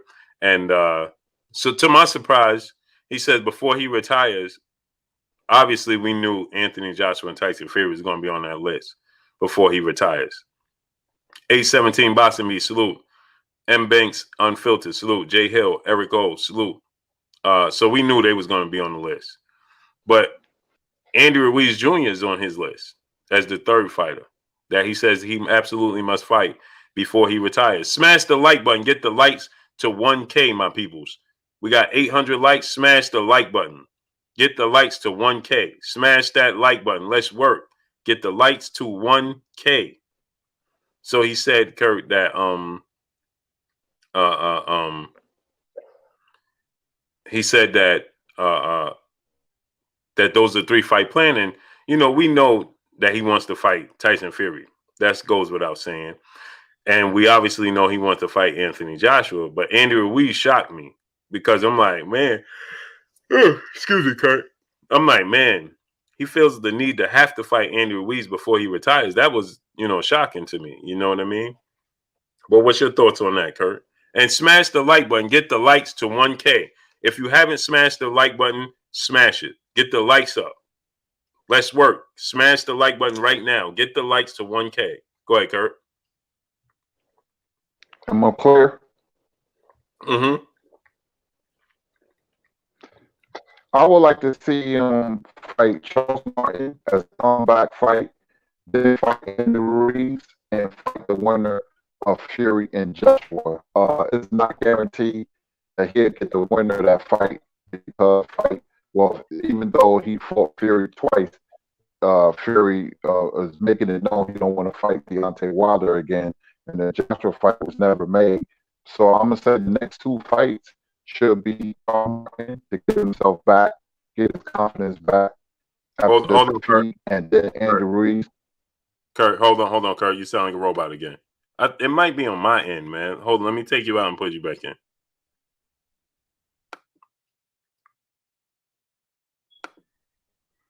You there? Can you hear me? Yeah, I think you sound like a robot again. Hold on. It seemed like every time, once you talking, you're good. When I start talking, you go back to talking, and it breaks up. Be Black Samurai. Go ahead, Kurt. Can you hear me now clear? Yeah. No, you sound like a robot again. Oh, something was wrong. I'm gonna come back out and come back in. Let me see. No, you clear. You clear right now. Right now, you clear. Smash the like button, peoples. L Boogie, salute. Get the likes up to 1K.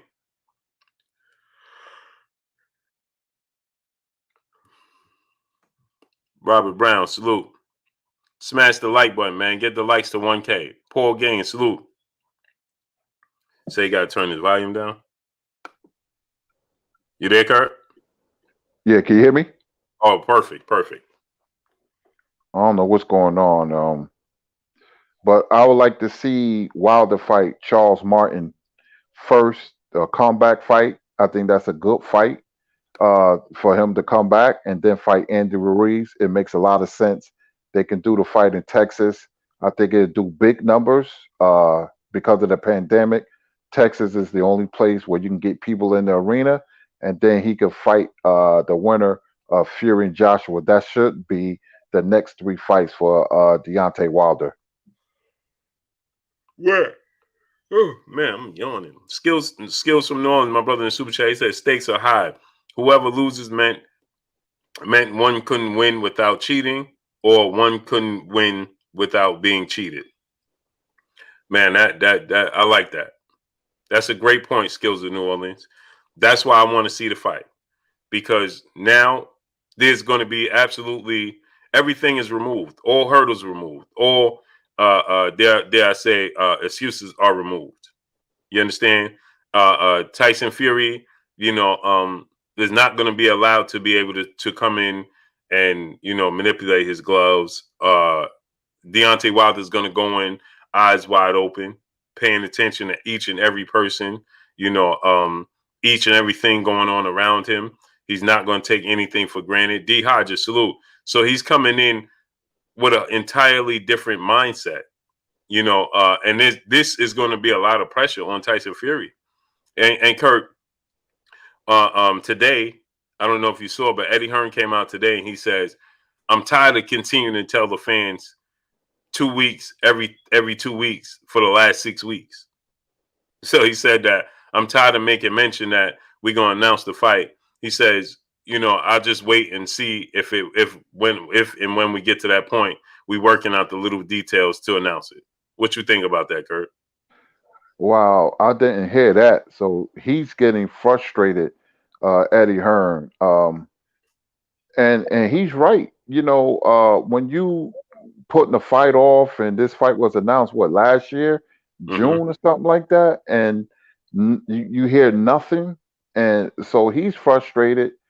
Uh, so I guess they're waiting for Wilder to the ruling of the case.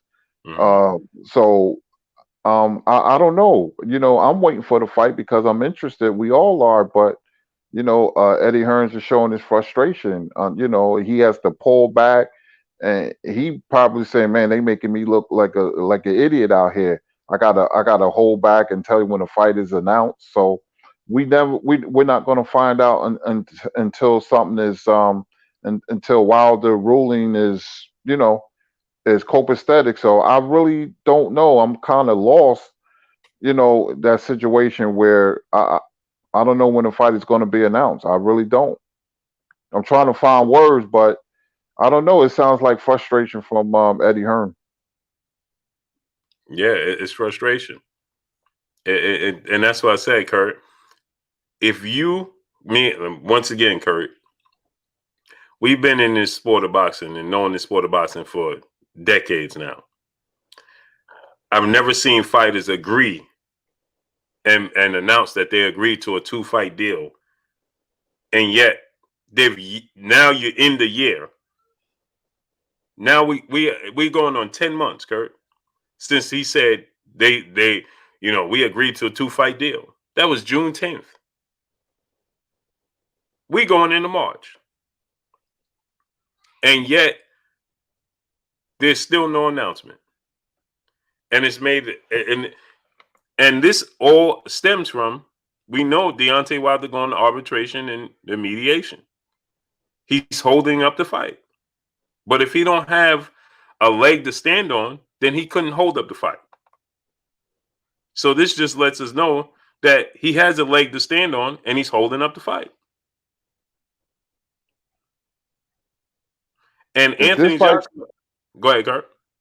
if this fights don't get made, they losing a lot of money. And you're right because I was thinking that Blue that it must be serious, and and to keep this fight held up for months, it must be very serious. Wilder must got a gripe, and must be valid for them to say, "Hey, let's see what happens." And the longer they wait, the more serious or the advantage Wilder has. Maybe Fury people is fearing that they may rule in Wilder's favor, the mediator. Mm-hmm. And that's my thing, right, Kurt? Because if you felt like he didn't have a chance to win, the mediation, arbitration, whatever he has going on, then you would have announced it already. And the fact is, we continue to hear that Anthony Joshua, he has reservations, right? He's holding back because he don't believe that Tyson Fury is going to have the belt, as was being reported. He don't want to commit to it because he don't know if Tyson Fury is going to have the belt or not. DP Rocker, my brother in Super Chat, he said, "Blue, you on fire today, bro. You talking all over the place. Since you from the era of the golden age, who do you got, Rakim or Big Daddy Kane?" Rakim. And that's just my personal opinion because I like lyricists. I like Big Daddy Kane was great, but Rakim he was a better lyricist than Big Daddy Kane, in my opinion. Two different styles of forms of hip hop. But what's your thoughts on that, Kurt? I got Rakim as the best MC ever. I never heard a guy that can rhyme in broken syllables. His style was different. He had a laid back style, but his lyrics is just awesome, man. I have all his albums, man. I never heard a musician that could put words together. When you study, let the rhythm hit them and lyrics of fury and follow the leader is unreal. And Big Daddy Kane, he was a great lyricist, but he wanted to be more commercial. He started doing stuff on the R&B tip that really kind of messed up his career. I always wanted to see that battle, but I got Rakim as the best lyricist. Then after that, I got Cool G Rap and Nas 1, 2, and 3. Mm-hmm. Yeah, I agree, Kurt. He was different, man. It just like you said, Kurt. One was a commercial, and one was hardcore. But me and my friends was clowning Big Daddy Kane when he had that "Don't Curse" video Heavy did, and he had on that purple Bulls fighting outfit that me and my friends call it. Man, we ripped Big Daddy Kane to shreds, man, because he wanted. He was a showman. He was a showman, right, Blue? But see, Blue, he wanted to be LL. It takes a special kind of MC to straddle the fence between commercialism and for the streets. Mm-hmm. And that's what he tried to do. And he should have stuck with. I like Kane when he first came out, and then he was doing songs with Delphonics, and it didn't work. Right? No, it didn't. It didn't. He had to just stick to the commercial. He was a great lyricist. He just couldn't. Rakim was different, man. In my opinion, there was really no comparisons. I agree. Rakim was just on another level, man. Those Paid in Full and Follow the Leader and Don't Sweat the Technique. I still listen to his albums like they came out yesterday. Still. Mm-hmm. And it still has the feel like it's not outdated. It was before his time. Remember, Blue, last thing on this. Remember, he was on the Arsenio Hall show, and they had people reading his lyrics off a piece of paper, breaking his lyrics down. Mm-hmm. Mm-hmm. Now, I've grown to love Biggie's lyrics, and I think one of the greatest lyricists ever is so underrated is man,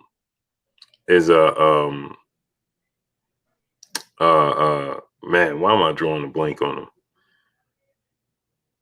Oh man, oh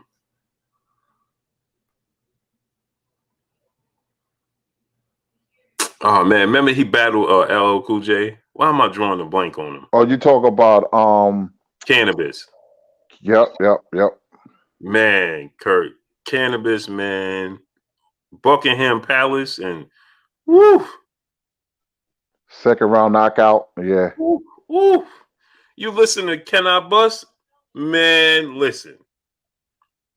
Man, you listen to Can I Bust album and just listen to the words and some of the words and the way he put them together, it goes over a lot of people's head. They can't, you know what I mean? You got to be a real hip hop fan to listen to Cannabis, man, because he goes, man, that Buckingham Palace, that whole album, man, just listen to him lyrically. Woo.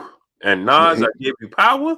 Oh, Blue, why you mention that, boy? Whoa, oh man, Nas, I Gave You Power. Goodness. Wow. Oh my goodness, man. Different. That boy Naruto, salute, Naruto. I hope I say your name right. Naruto. He said Iran Barkley is underrated. He beat Hearns. He a beast. Oh, for sure. He not underrated in my opinion. Iran Barkley is a great. Shout out to Iran Barkley. You think he was underrated, Kurt? No, he gets props. He's one of the toughest fighters, man, that I seen, man. I seen a lot of them, but he's one of the toughest. When he beat Hearns, not once but twice, I had to give him his props, man. Barkley's a good fighter. Tough. Mm-hmm. Iron Levant, my brother in the super chat. Man, Kurt just named my favorite Rakim song, Lyrics of Fury. He said, I'm rated R for this. He said, I'm rated R. This is a warning. You better avoid poets or paranoid. Your day is destroyed. Oh, yeah, for sure. Man, their music is never outdated. Never outdated. That era, was magical, because you had lyricists, man, that was just unreal. People start saying, who's better, Kane, Rakim, and G-Rap. And people was comparing all of them, man. I always thought Rakim was better, but Cool G-Rap lyrics was unbelievable, man. That Mm-hmm. verse with Mobb Deep and the realist. Oh my gosh, man, you got Mm-hmm. to be kidding me. Mm-hmm. And that was music, Kurt. That was music, man. And maybe because we can relate. I can't relate to this, to what they be saying in today's time. I'm like, bro, I don't even know what they talking about. My kids be like, oh, he's talking about this, and I'm like, man, I ain't talking about pills and all types of stuff. Like, what are we talking about? I can't understand. Like Kenny Rogers said, you gotta know when to hold them, you gotta know when to fold them, Blue.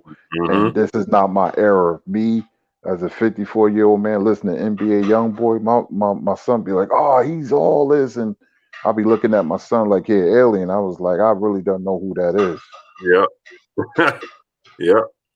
I don't knock them, but I just can't. I can't. Nah, I can't listen to them. They surpass me, man. I can't keep up. Ryan Levant, my brother in Super Chat, he said, Cool G rap, men at work. Oh, Oh, that's a classic. Oof. That's a classic. man, I go get my little wine, my cigars, Kurt. Turn on music in the dark. Just sit in the dark. I look out the window and just, man. I know, right, Blue? And I also like that dude from Brooklyn, AZ, man. Oh my Oh, gosh, man. AZ was different too, Kurt. Woo, That line he said in Life's an Itch with Nas, woo. man. Oh my gosh, man. Mm-mm-mm. Mm-mm-mm. Man, that's music. Lyrics for days. That's why I could, I think that's why Nipsey Hussle, I could listen to Nipsey Hussle because his music wasn't this music. It was like our version of music. He's a lyricist, you know what I mean, Kurt? Like I could, Absolutely. yeah, I could listen to Nipsey Hussle, but these other dudes, man, no, I can't listen to them. And I like Papoose too when he did Law Oh, Library. Papoose lyrics. Wow. Papoose, man. I'm like, wow. Alphabetical slaughter. Oof. Woo. Yeah, Anthony Nelson. He said, "Blue, you like battle rap?" Yeah, I do, man. I do. But even in battle rap, man, I like the old school dudes, man. Because I started watching battle rap because it reminded me of RGJ3 Boxing Salute, A Kinetic Salute. I could watch, because when it first started, when they used to be in the stores, when Murder Mook was battling Loaded Lux in Jimmy Jazz and all that, yeah, I could watch because it was like throwback to me. You know what I mean? Like, so I'm stuck on those dudes, like Loaded Lux. But the new dudes and talking about they get unrealistic with the stuff they talking about. It's just like, bro, I can't. I remember the old school battle rap between Craig G of the Juice Crew and a guy named Supernatural. He's one of the best ever. Mm-hmm. Unbelievable. Yeah. And that's what I'm saying. When Smack started the battle rap, Kurt, and it was, they was in the streets, battling, that was cool to me. You know what I mean? Because it was throwback. Now and you know what? I'm not knocking them because you have to evolve. You know what I mean? You have to evolve. And now they making big money, but now they in the arenas, and it's just now it looks like 8 Mile, the movie 8 Mile. Now they on the stage and 30 people on your side and 30 people on my side, and yeah, no, Blue.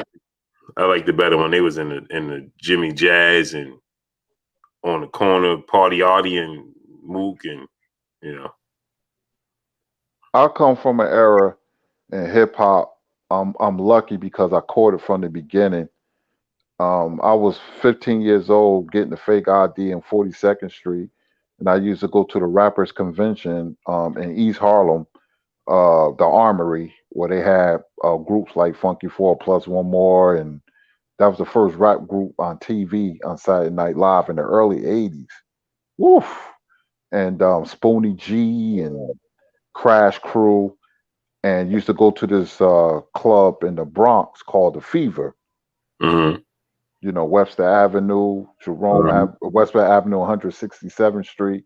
And, you Mm-hmm. know, I was young, but I was always tall. I'm 6'3". I was about 6'2" then. And, you know, I got in and seeing Run DMC before they became famous. So I caught it from the beginning. But the sad part about hip hop now, they getting money and all that. But when the corporations got into it, it was no longer pure. It used to be pure where the Mm-hmm. DJ at Van Cortlandt Park, Grand Wizard Theodore used to play the break beats and stuff like that. So Mm-hmm.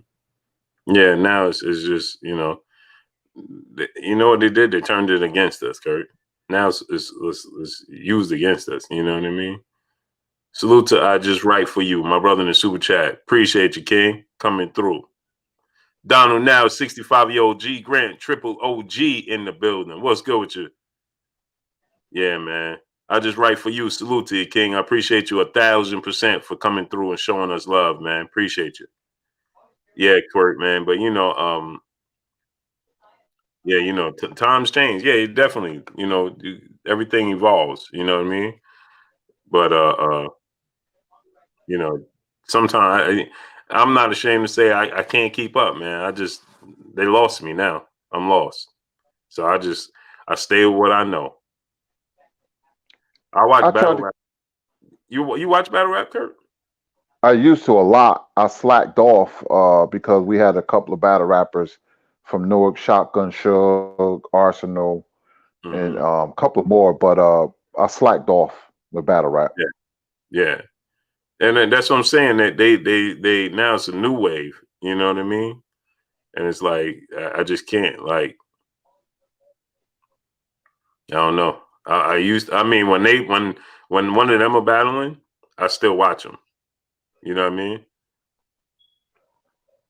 I just remember going to what's that that's the last concerts I went to.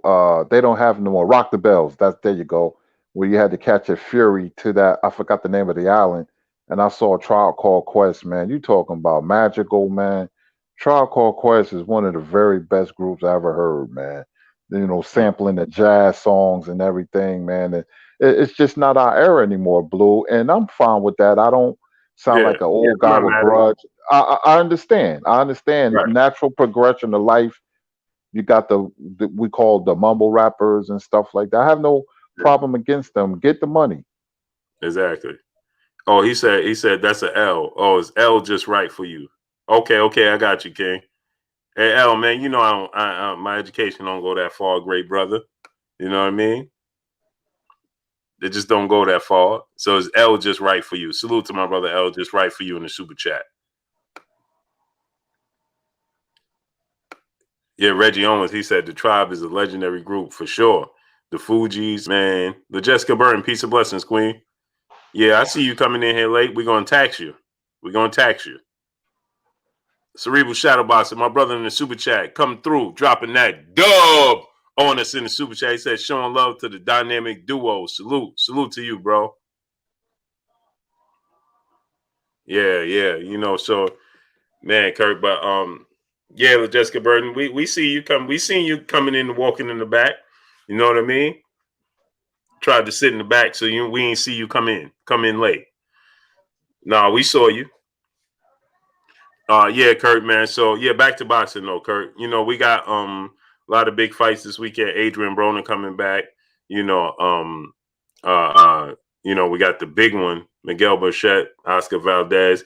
What do you make of that fight though, Kurt? Oscar Valdez get hit way too much. I think it's a bad matchup for him. Miguel Burchell, I like Burchell because he let his hands go. He throws caution to the winds. His his defense is his offense. He wants to swarm you and get you out there with power punches. His chemical makeup as a fighter is knockout, just like Trinidad was. You know, Trinidad used to say, if he comes to fight, it has to end in a knockout, and it will end in a knockout. And that's Miguel Burchell chemical makeup as a fighter. It's certain fighters have certain identities and chemical makeups, and that's his. I think he knocks Valdez out in 6 or 7 rounds. I don't like Valdez defense. I don't like how he looked last couple of times. Unless he can, pull a rabbit out of his hat, I got Burchell by mid-round knockout. Yeah, me too. I just think that Oscar Valdez has too many lapses on defense. Absolutely. I want to see Burchell and Shakur Stevenson. Yeah, me too. Now, something interesting that you mentioned Shakur. He said he picking Jamel Herring to win the fight, and and then he's gonna fight Jamel Herring. That's that's why he's one of my favorite fighters today, because we know they have a relationship, but he's like myth the legend salute. But he's like, listen, I'm gonna have to go through you, so it is what it. I want to see you win, but then you gotta have to face me. Man, that's the makeup of a fighter, Kurt. Absolutely. It's like, yeah, I don't want to see you lose to nobody, but you're gonna have to lose to me. I'll be rooting for Herring Blue, but I don't have confidence. He has to prove to me that I'm wrong. I got Frampton beating Herring by decision. First, I said he was going to quit on the stool. I said, no, I'm not going to dog him out like that. If he wins, I'll be happy, but I don't see him beating Frampton. I don't. Yeah, me neither. I don't see him winning the fight. I don't see him winning that fight either. Now, Adrian Broner, he said that he's looking to become a world champion again. Now, obviously, I think that Jose Benavidez, Josh Taylor, Jose Ramirez winner, we both feel like they both gonna, the winner or loser, they both out of the division. They're gone. So that means those belts are gonna be vacant, and there's gonna be an opportunity for him to become a world champion. You know what I mean? Because now that those belts are gonna be all over the place, it gives them the opportunity, to be a world champion.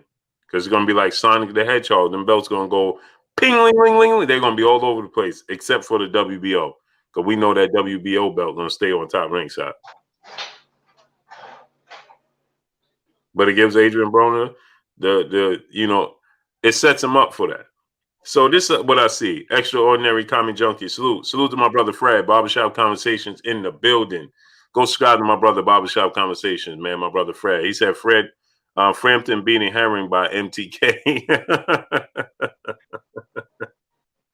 Yeah, man, that MTK stuff, man. That stuff is different, bro. I mean, it's not surprising. It's sport of boxing. I'm not surprised by anything in boxing. L Boogie, salute my brother Anwar Willis in the super chat. He said Blue and Curtis, overall favorites, Nas or Jay-Z. Salute. I think Nas is the better lyricist, but I don't have a favorite Nas is my favorite over Jay-Z. But some Jay-Z songs are just so classic, man. Like there's a few Jay-Z songs that I just man, I just live by. Like it's just an anthem for me, you know what I mean? So there's some Jay-Z songs that just resonate with me, and I can't not listen to those songs, you know what I mean? And so with that said, I think Nas is my favorite, but Jay-Z's, there's songs that I love that Jay-Z made that I just can't like You Don't Know. Kurt, that's my favorite song, man. Well, one of my favorite songs. You Don't Know? Oh man. Whew. That song is one of my favorites. But what about you, Kurt? Oh, I like Nas over Jay-Z. Nas is the better lyricist. Jay-Z is a master at writing hit songs. Remember, his best and my favorite album is Reasonable Doubt, but he changed because they wanted him to go more commercial. That's why when the second, which is a good album, when the second one came out, he admitted, he said there were people was clowning him when he did that Sunshine video, with them shirt and them crazy shirt and ties and stuff. He was spinning around. That was all commercial, but Jay-Z mastered the art at writing hit songs. He's one of the few MCs that can straddle the fence between street and commercialism. Mm-hmm. Yeah. Stacy 85 Cross, peace and blessings, Queen. Anthony Lumar, salute. Dre Finest, salute. Yeah. Mega Big C, salute. My brother P Newell, salute. Yeah, Jay made more commercial songs where he was able to, like boxing, he's able to attract the casuals, you know what I mean? But Nas is for the hardcore. Nas is better, you know what I mean? Lyricist. But Jay-Z, man, man, his hits, man, he has more commercial hits than Nas. Sylvester Stallone in 2011, Prime Minister, Know Your Soul, salute. He has more commercial hits than Nas. Yeah, But Jay-Z has this song called This Life Forever. That's one of my favorites by him, man.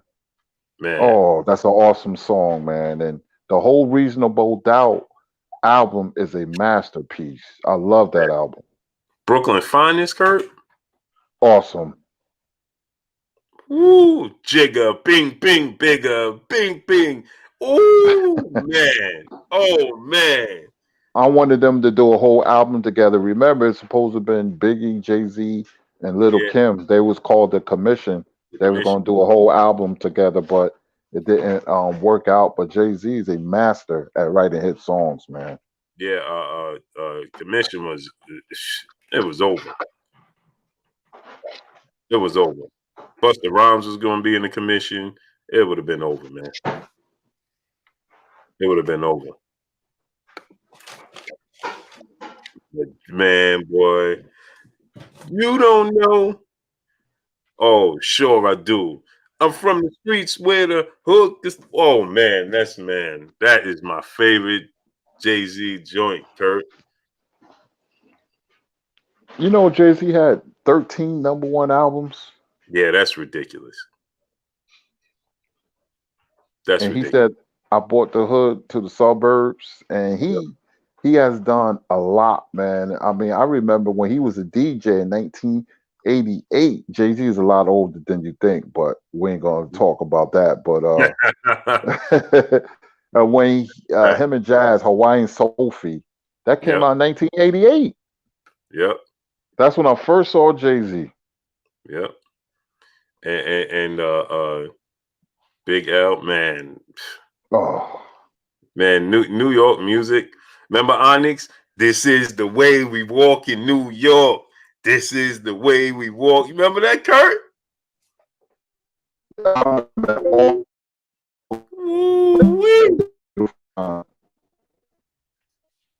Man.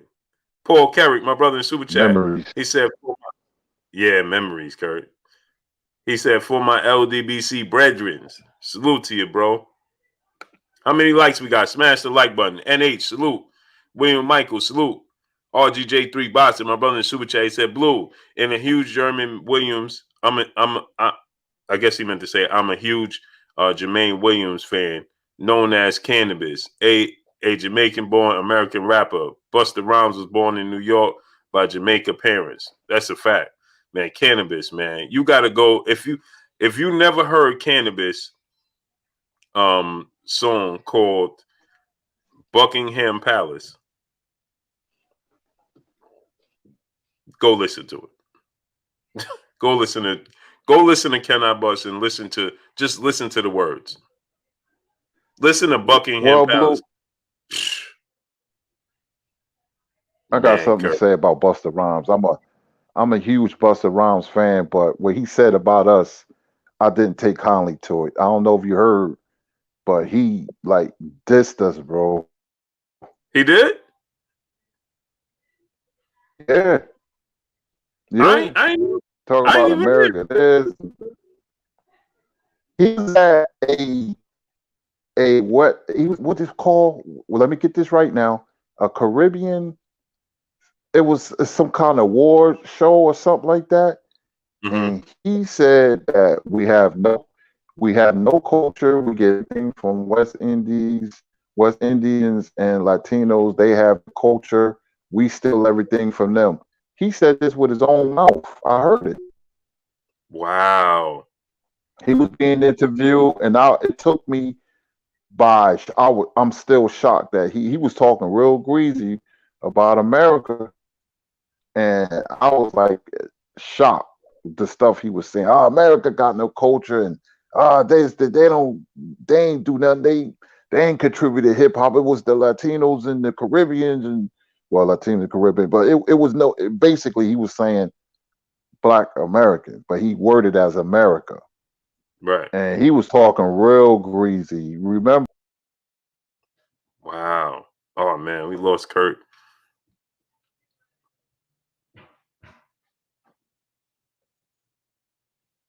Kurt, you there? Salute my brother Anwar Wilson, Yeah. super chat. Okay, we had lost you for a second. I know. That's why it's weird. It goes in Yeah. and out. You never did this before. Yeah, because it's just dropping you completely off. Crazy. But did you hear the last part? Chuck D gave Busta Rhymes his name. No. But yeah, Busta Rhymes was a running back from the University of Oklahoma. And I don't know, man. I'm still a fan, but you can pull it up on YouTube, Blue. He was talking real greasy, man. Oh wow, I'm gonna have to check that out. Please do. Wow, that's see. Anwar Wilson, my brother in super chat. I say Nas too. Okay, Tupac or Biggie. Tupac is my favorite. Oh yeah, Biggie is my all-time favorite. Big is my all-time favorite, man. Like just the way he just man, he's my all-time favorite. How many? Hey, Blue, give me the loop. Give me the loop, Blue. Man, listen, all this walking is hurting my feet. Man, Big was different, man. My dreams filthy. My mom's and pops missy with Jamaican rum and whiskey. Was a setup. Should have pushed them dead off and wiped the sweat off. Cause in this world I'm dead off. Squeeze let off. Ben's let off. Ain't woo. Oh my goodness. Oh man. Big was my guy, man. That was ain't it weird, Blue, that a guy can be great in any field, entertainment, athletics, but yet he don't never connect to the people. And then you have a guy like Biggie Smalls who connects with the people. Yep. We was just talking about Wilfredo Benitez, how he doesn't get the respect that he deserves. And then we talk about Biggie, two different fields, athletics and entertainment. Yep. And Biggie connect like no other. Like nobody else, man. That dude was just different, man. Man. That dude was just different, man. And Kurt, he only seen, we always, see, this is what I always tell people about Big. Big only saw one album, Kurt. One album. Unbelievable. And died at 24. One album. Everybody else we talking about got at least 5. He only saw 1 and only made 2. The impact that he's had on New York hip hop is unparalleled in the history of its music. Can you imagine if Big made 5 albums, where he would be? Oh, forget it.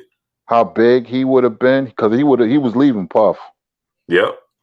Man, he was writing for, but he was turning into Puff. They was reversing roles. Man, Big was. Oh man.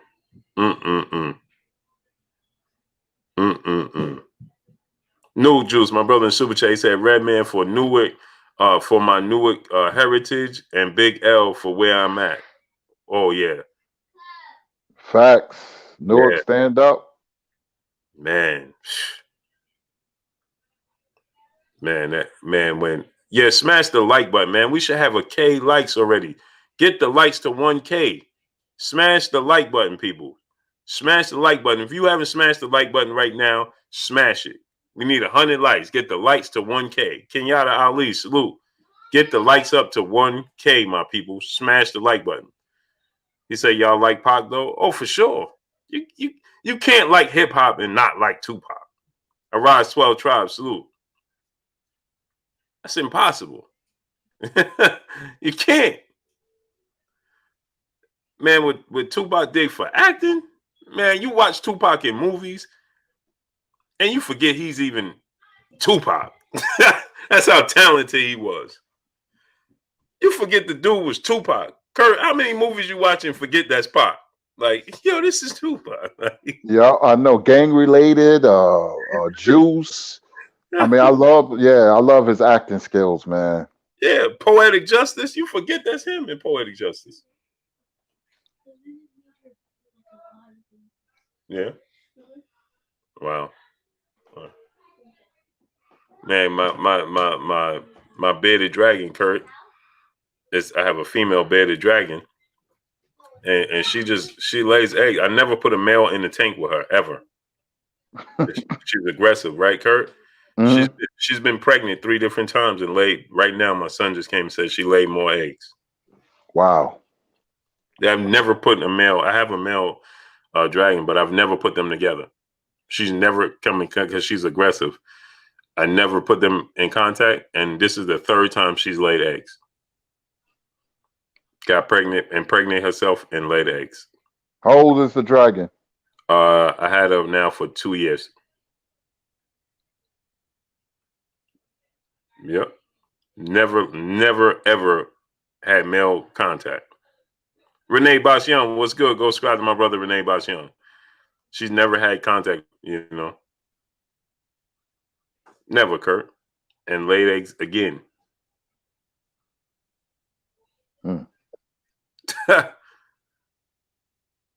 Amazing, right? Yeah, that's crazy. Yeah. Kurt, I'm gonna send you pictures because I record it. I record it all the time. The first time I came in the house, right? And my brother-in-law, he said, yo, bro, what kind of food you put in the tank, in the lizard tank? Because she's big, so everybody, and she's on the first floor of my house, so when everybody comes in, you can see her. And people always look at her when they come in my house. And so he came in and he's like, hey, bro, what kind of food is that you put in the tank? So I said, I just walked in the house, bro. Real talk, God, your grill, salute. Johnny Q, salute. I said, I just walked in the house. I didn't put nothing. You see me. You was here before me. And I looked in, it was like white. He like, what kind of food is white? I'm like, what? So I'm looking in that. And I'm looking, I'm like, wait a minute, what? And she was like under this bridge that I built, a ramp. And she was under it, like hiding. And so we look under there and she was laying more eggs, Kurt. That was the first time I ever saw her do it. And I'm like, what? I recorded it, because I've never put a male in there ever. And people don't be believing me, but I've never, she's so aggressive, like you can't put her in contact with other dragons or iguanas or lizards. So that was the first time. Then I want to say 4 months later, she did it again. And right now she's doing it again right now as we speak. She's never been in contact with my male dragon or nothing. He's actually downstairs and she's upstairs. That's crazy. Yep. And people be like, what? For real? I record it. I go to the pet store and I tell them and they're like, really? I'm like, yeah. I record her and I show people all the time. They don't believe me. She's never had contact. So people be like, man, you put a man. I ain't never put a male in there with her. Ever. You can't. Can't. So that's my kids was just telling me. Is a dragon the same iguana? No, they're not the same. They're Galvatron, my brother, salute. He says she's an asexual. Yeah. So she. I'm about to go see. Okay. So yeah, she just lays eggs by herself, Kurt. That is bizarre. Impregnates herself, and we know when she's in heat because she scratches, she claws, like she digs, like because I don't put sand, I use carpet. So she sleeps underneath the carpet. You know, she be doing backflips in the tank. I'm like, oh, here we go again. Every time she gets pregnant now, we can tell she's doing backflips. I'm literally, Kurt, like she'll go up on her hammock because I have a hammock in there with her. She goes up the wood on the hammock and flips off the. I guess she's just so uncomfortable. She flips off, falls down. She goes back up, flips down, falls off, goes back up, flip down, fall, all the time. And then she goes underneath the carpet. She'll sleep under there. She'll come back out, sleep back under the carpet, and then she'll be digging at the tank, just scratching, you know.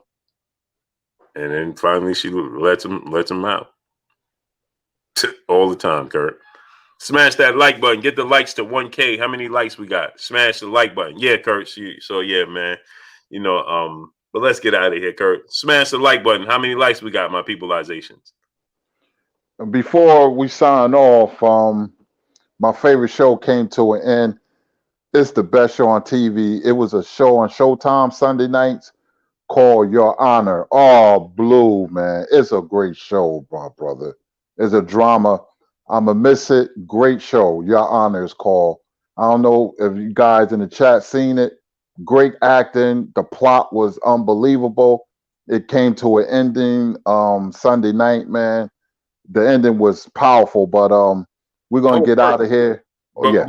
Before we get out of here, Kurt, I forgot to get your opinion because you broke up about Adrian Broner becoming the champion. There's a good chance he'll be champion again because, like you said, Ramirez and Taylor, they're definitely moving up the welterweight. They can't hold that weight that much longer. And with the titles being split up, he's going to grab one of them because he's a talented fighter. And I feel he can fight even better. But he's going to beat one of them. The fight at that division I would like to see made is Broner and Prograis. I think that's a really good fight. But I think Broner will be champion again. I really do. Do you think because it looks like that's the direction they're going in after this fight he have on Saturday. So do you think he beats Regis Prograis? No, I think Prograis beats Broner. Yeah, just inactivity, right? Yep. And Regis is active. There's no reason why the Malignaggi fight was that close and the Granados fight was close. Adrian Broner is a lot better than what he's shown you in a lot of fights. You see, he's better than that. Mm-hmm. Yeah, I agree, Kurt. I agree. But in order for him to get one of them belts, he's gonna have to beat Prograis. But you know what I think though, Kurt? I think that this Prograis-Broner fight is going to be for a belt because by the time they fight, we'll get a conclusion to Ramirez and Taylor fight. Right. And so I think he'll be champion again, Blue. But he's going to have to win a big fight, and he hasn't shown that ability. Him and Prograis is a good fight. The build up will be crazy, and I think it will suffice in the ring. I think it'll be a really good fight. And him beating Regis Prograis and winning a world title, oh man, that does so much for his career. I agree. That does so much for him and his career, man. That gives him the opportunity, so many more doors going to open up, so many more opportunities because all those young dudes, Teofimo Lopez is going to come up and look to make that fight with Broner. BG London, Broner fight Saturday. I ain't think about Teofimo because he's moving up too. So 140 is going to change, man, and you're going to see a lot of good fights. Perhaps if they could be made at 140. Teo, Broner, a lot of star power. Mm-hmm. William Old School on that, Kurt, he said, Blue, how good is Regis Prograis? He showed me a lot of flaws. Big Tony, Wager Wayne, salute in that. Tim Nick, salute in that. Josh Taylor fight. I thought he clearly lost. There's a lot of people that felt like he won the fight. He says if the fight was in the States, he would have won. He would have got the nod. I didn't think it was that close. I thought Josh Taylor clearly won the fight. Did you think it was that close, Kurt? No, no. I'm gonna be honest with you. I was very disappointed in Prograve's effort, his lack of boxing IQ. He got hit way too easy. I think I overestimated Regis Prograis. I thought he would beat Taylor. I picked Prograis to beat Taylor, and it didn't work out like that. I was very surprised how easy it was to hit him, and I thought Taylor won at least by 3 or 4 rounds. Mm-hmm. Yeah, I agree, man.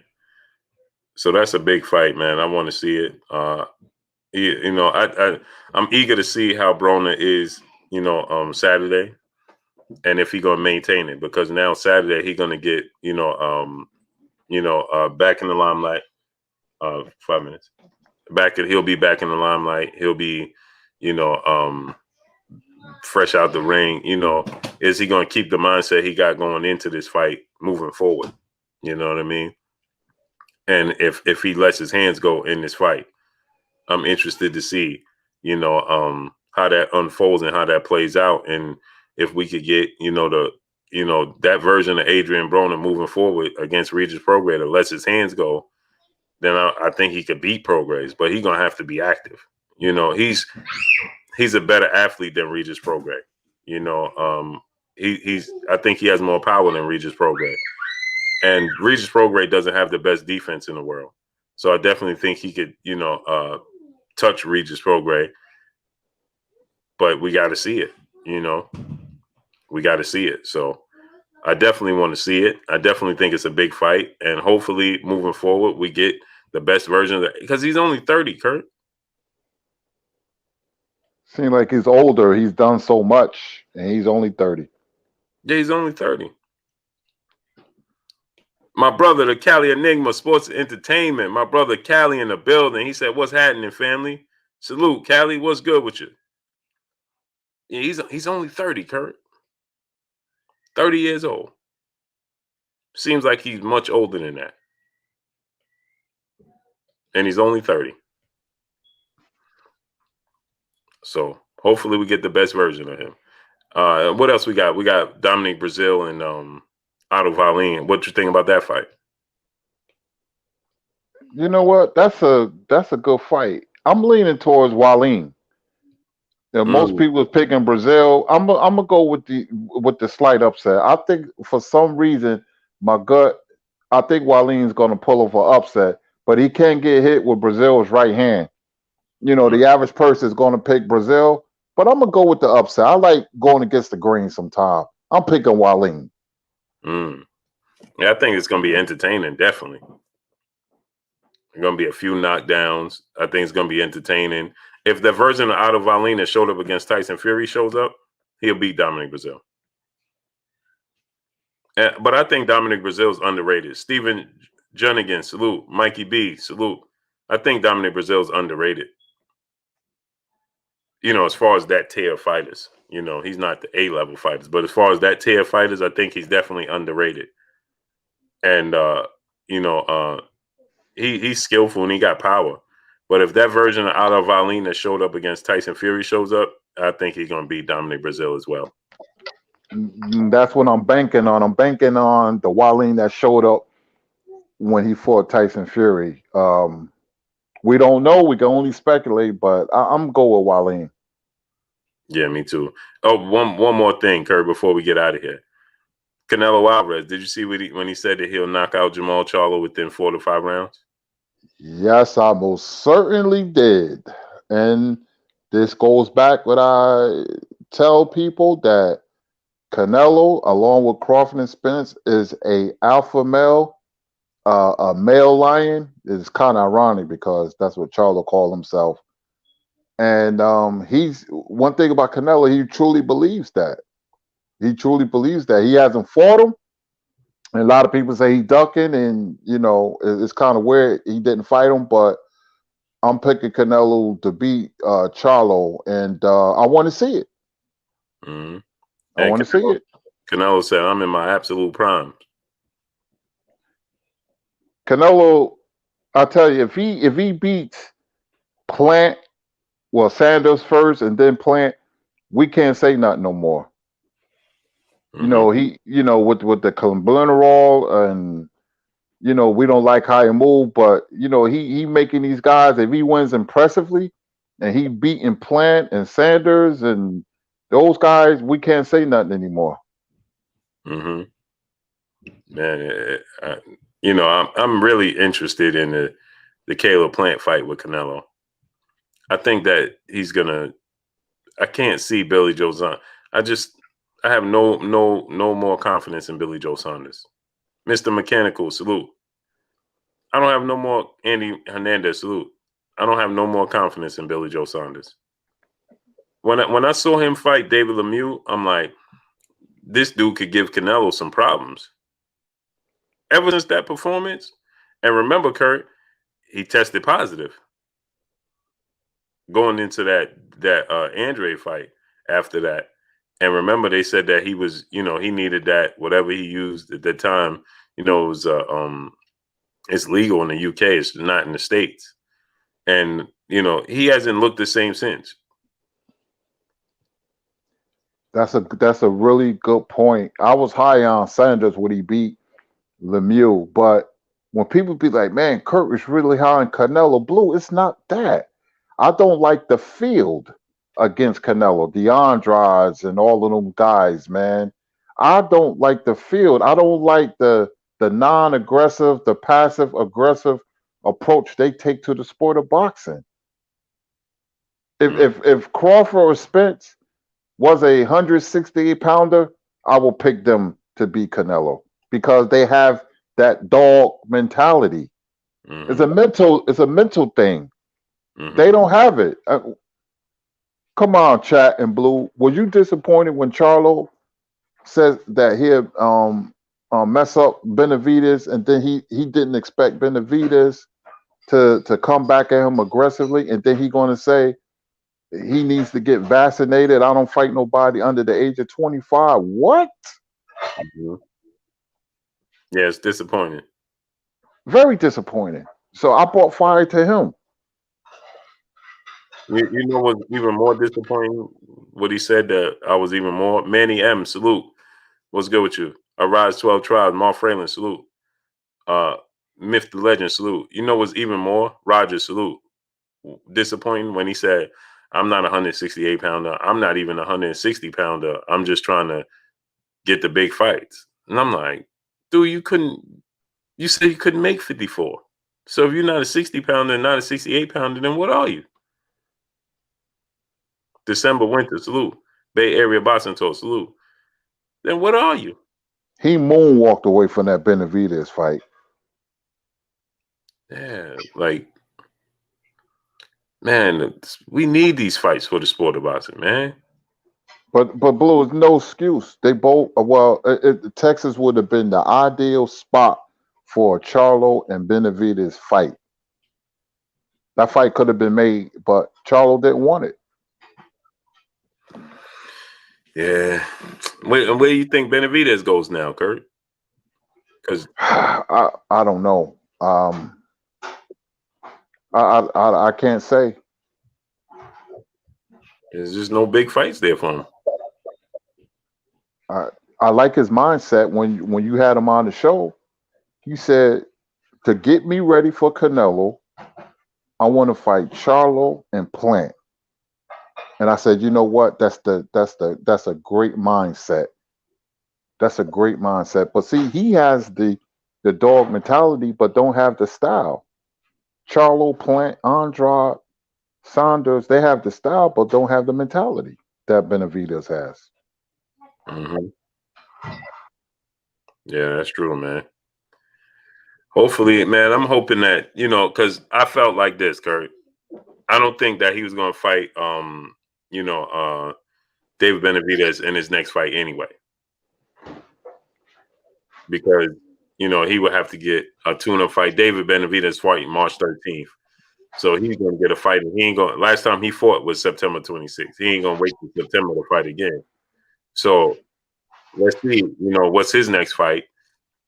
Maybe his next fight is Danny Jacob. Hopefully that's his next fight at 68, and then he go make this fight happen. Because in his next fight, it wasn't going to be David Benavidez anyway. So hopefully that's what I'm looking at. Like maybe it wasn't going to be. He's mentioning. I'm just being optimistic. Because that's a huge fight for the sport of boxing, Kurt. It's huge. It gotta happen. My question is, does he want Benavidez? He's making all the excuses. Well, the lion looks like a kitten now. So if he fights a Dennis Hogan-like or Brandon Adams-like opponent, I'm going to be looking at Charlo really, really funny. Like Chuck Chillout said, looking real nervous out here. Yeah, Kurt, man. Huge fights, man. They gotta happen. He gotta happen. He can't leave that fight on the table. He can't leave it alone because he's gonna be asked about it from here on out. He gotta fight him. He gotta fight him. He didn't expect Benavidez to be so aggressive. He thought Benavidez was gonna let it roll off the skin of his back, and Benavidez got real aggressive with him. Mm-hmm. And he started doing a Michael Jackson moonwalk. Man, he got to make it happen, Kurt. You got to you told that talk. You got to walk the walk. Got to make it happen. Got to make it happen. I just want to be optimistic for the sake of the sport of boxing. It got to happen.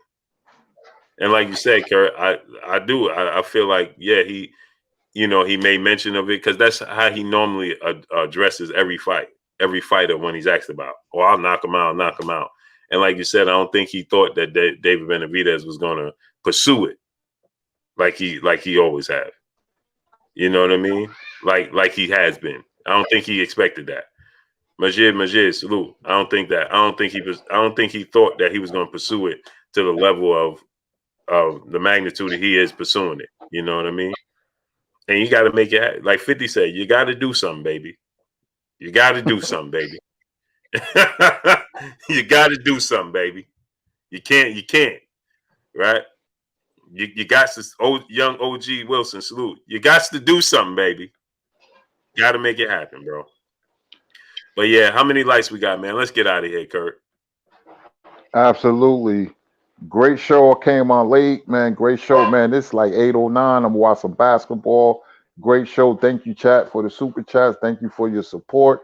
We got some fights this weekend, man. So we're gonna cook on that throughout the week, man. And hey, I'm in boxing euphoria, man. Boxing is back. I've been looking at a lot of old fights. You got fights coming up, man. And hey, the LDBC is on the move like we always, great channels, man. And we just glad that, we are a thriving boxing community that's only going to get bigger and better. My name is Curtis Anderson, a.k.a. Kurt Sugar. We will see you tomorrow. Y'all already know what it is. It's your boy Blue Buzz Sports TV. Hate, like, comment, and subscribe. You haven't subscribed? Hit the subscribe button, hit the like button, hit the bell icon to get all the new notifications. Follow us on Instagram at Blue Buzz Sports TV, all one word. Y'all already know what it is. Shout out to the entire LDBC. Shout out to New Media. Shout out to Black Media Row. Make sure you like and share these videos. That's all we got for y'all. Peace. Peace. And smash that like button. People get the likes to 1K.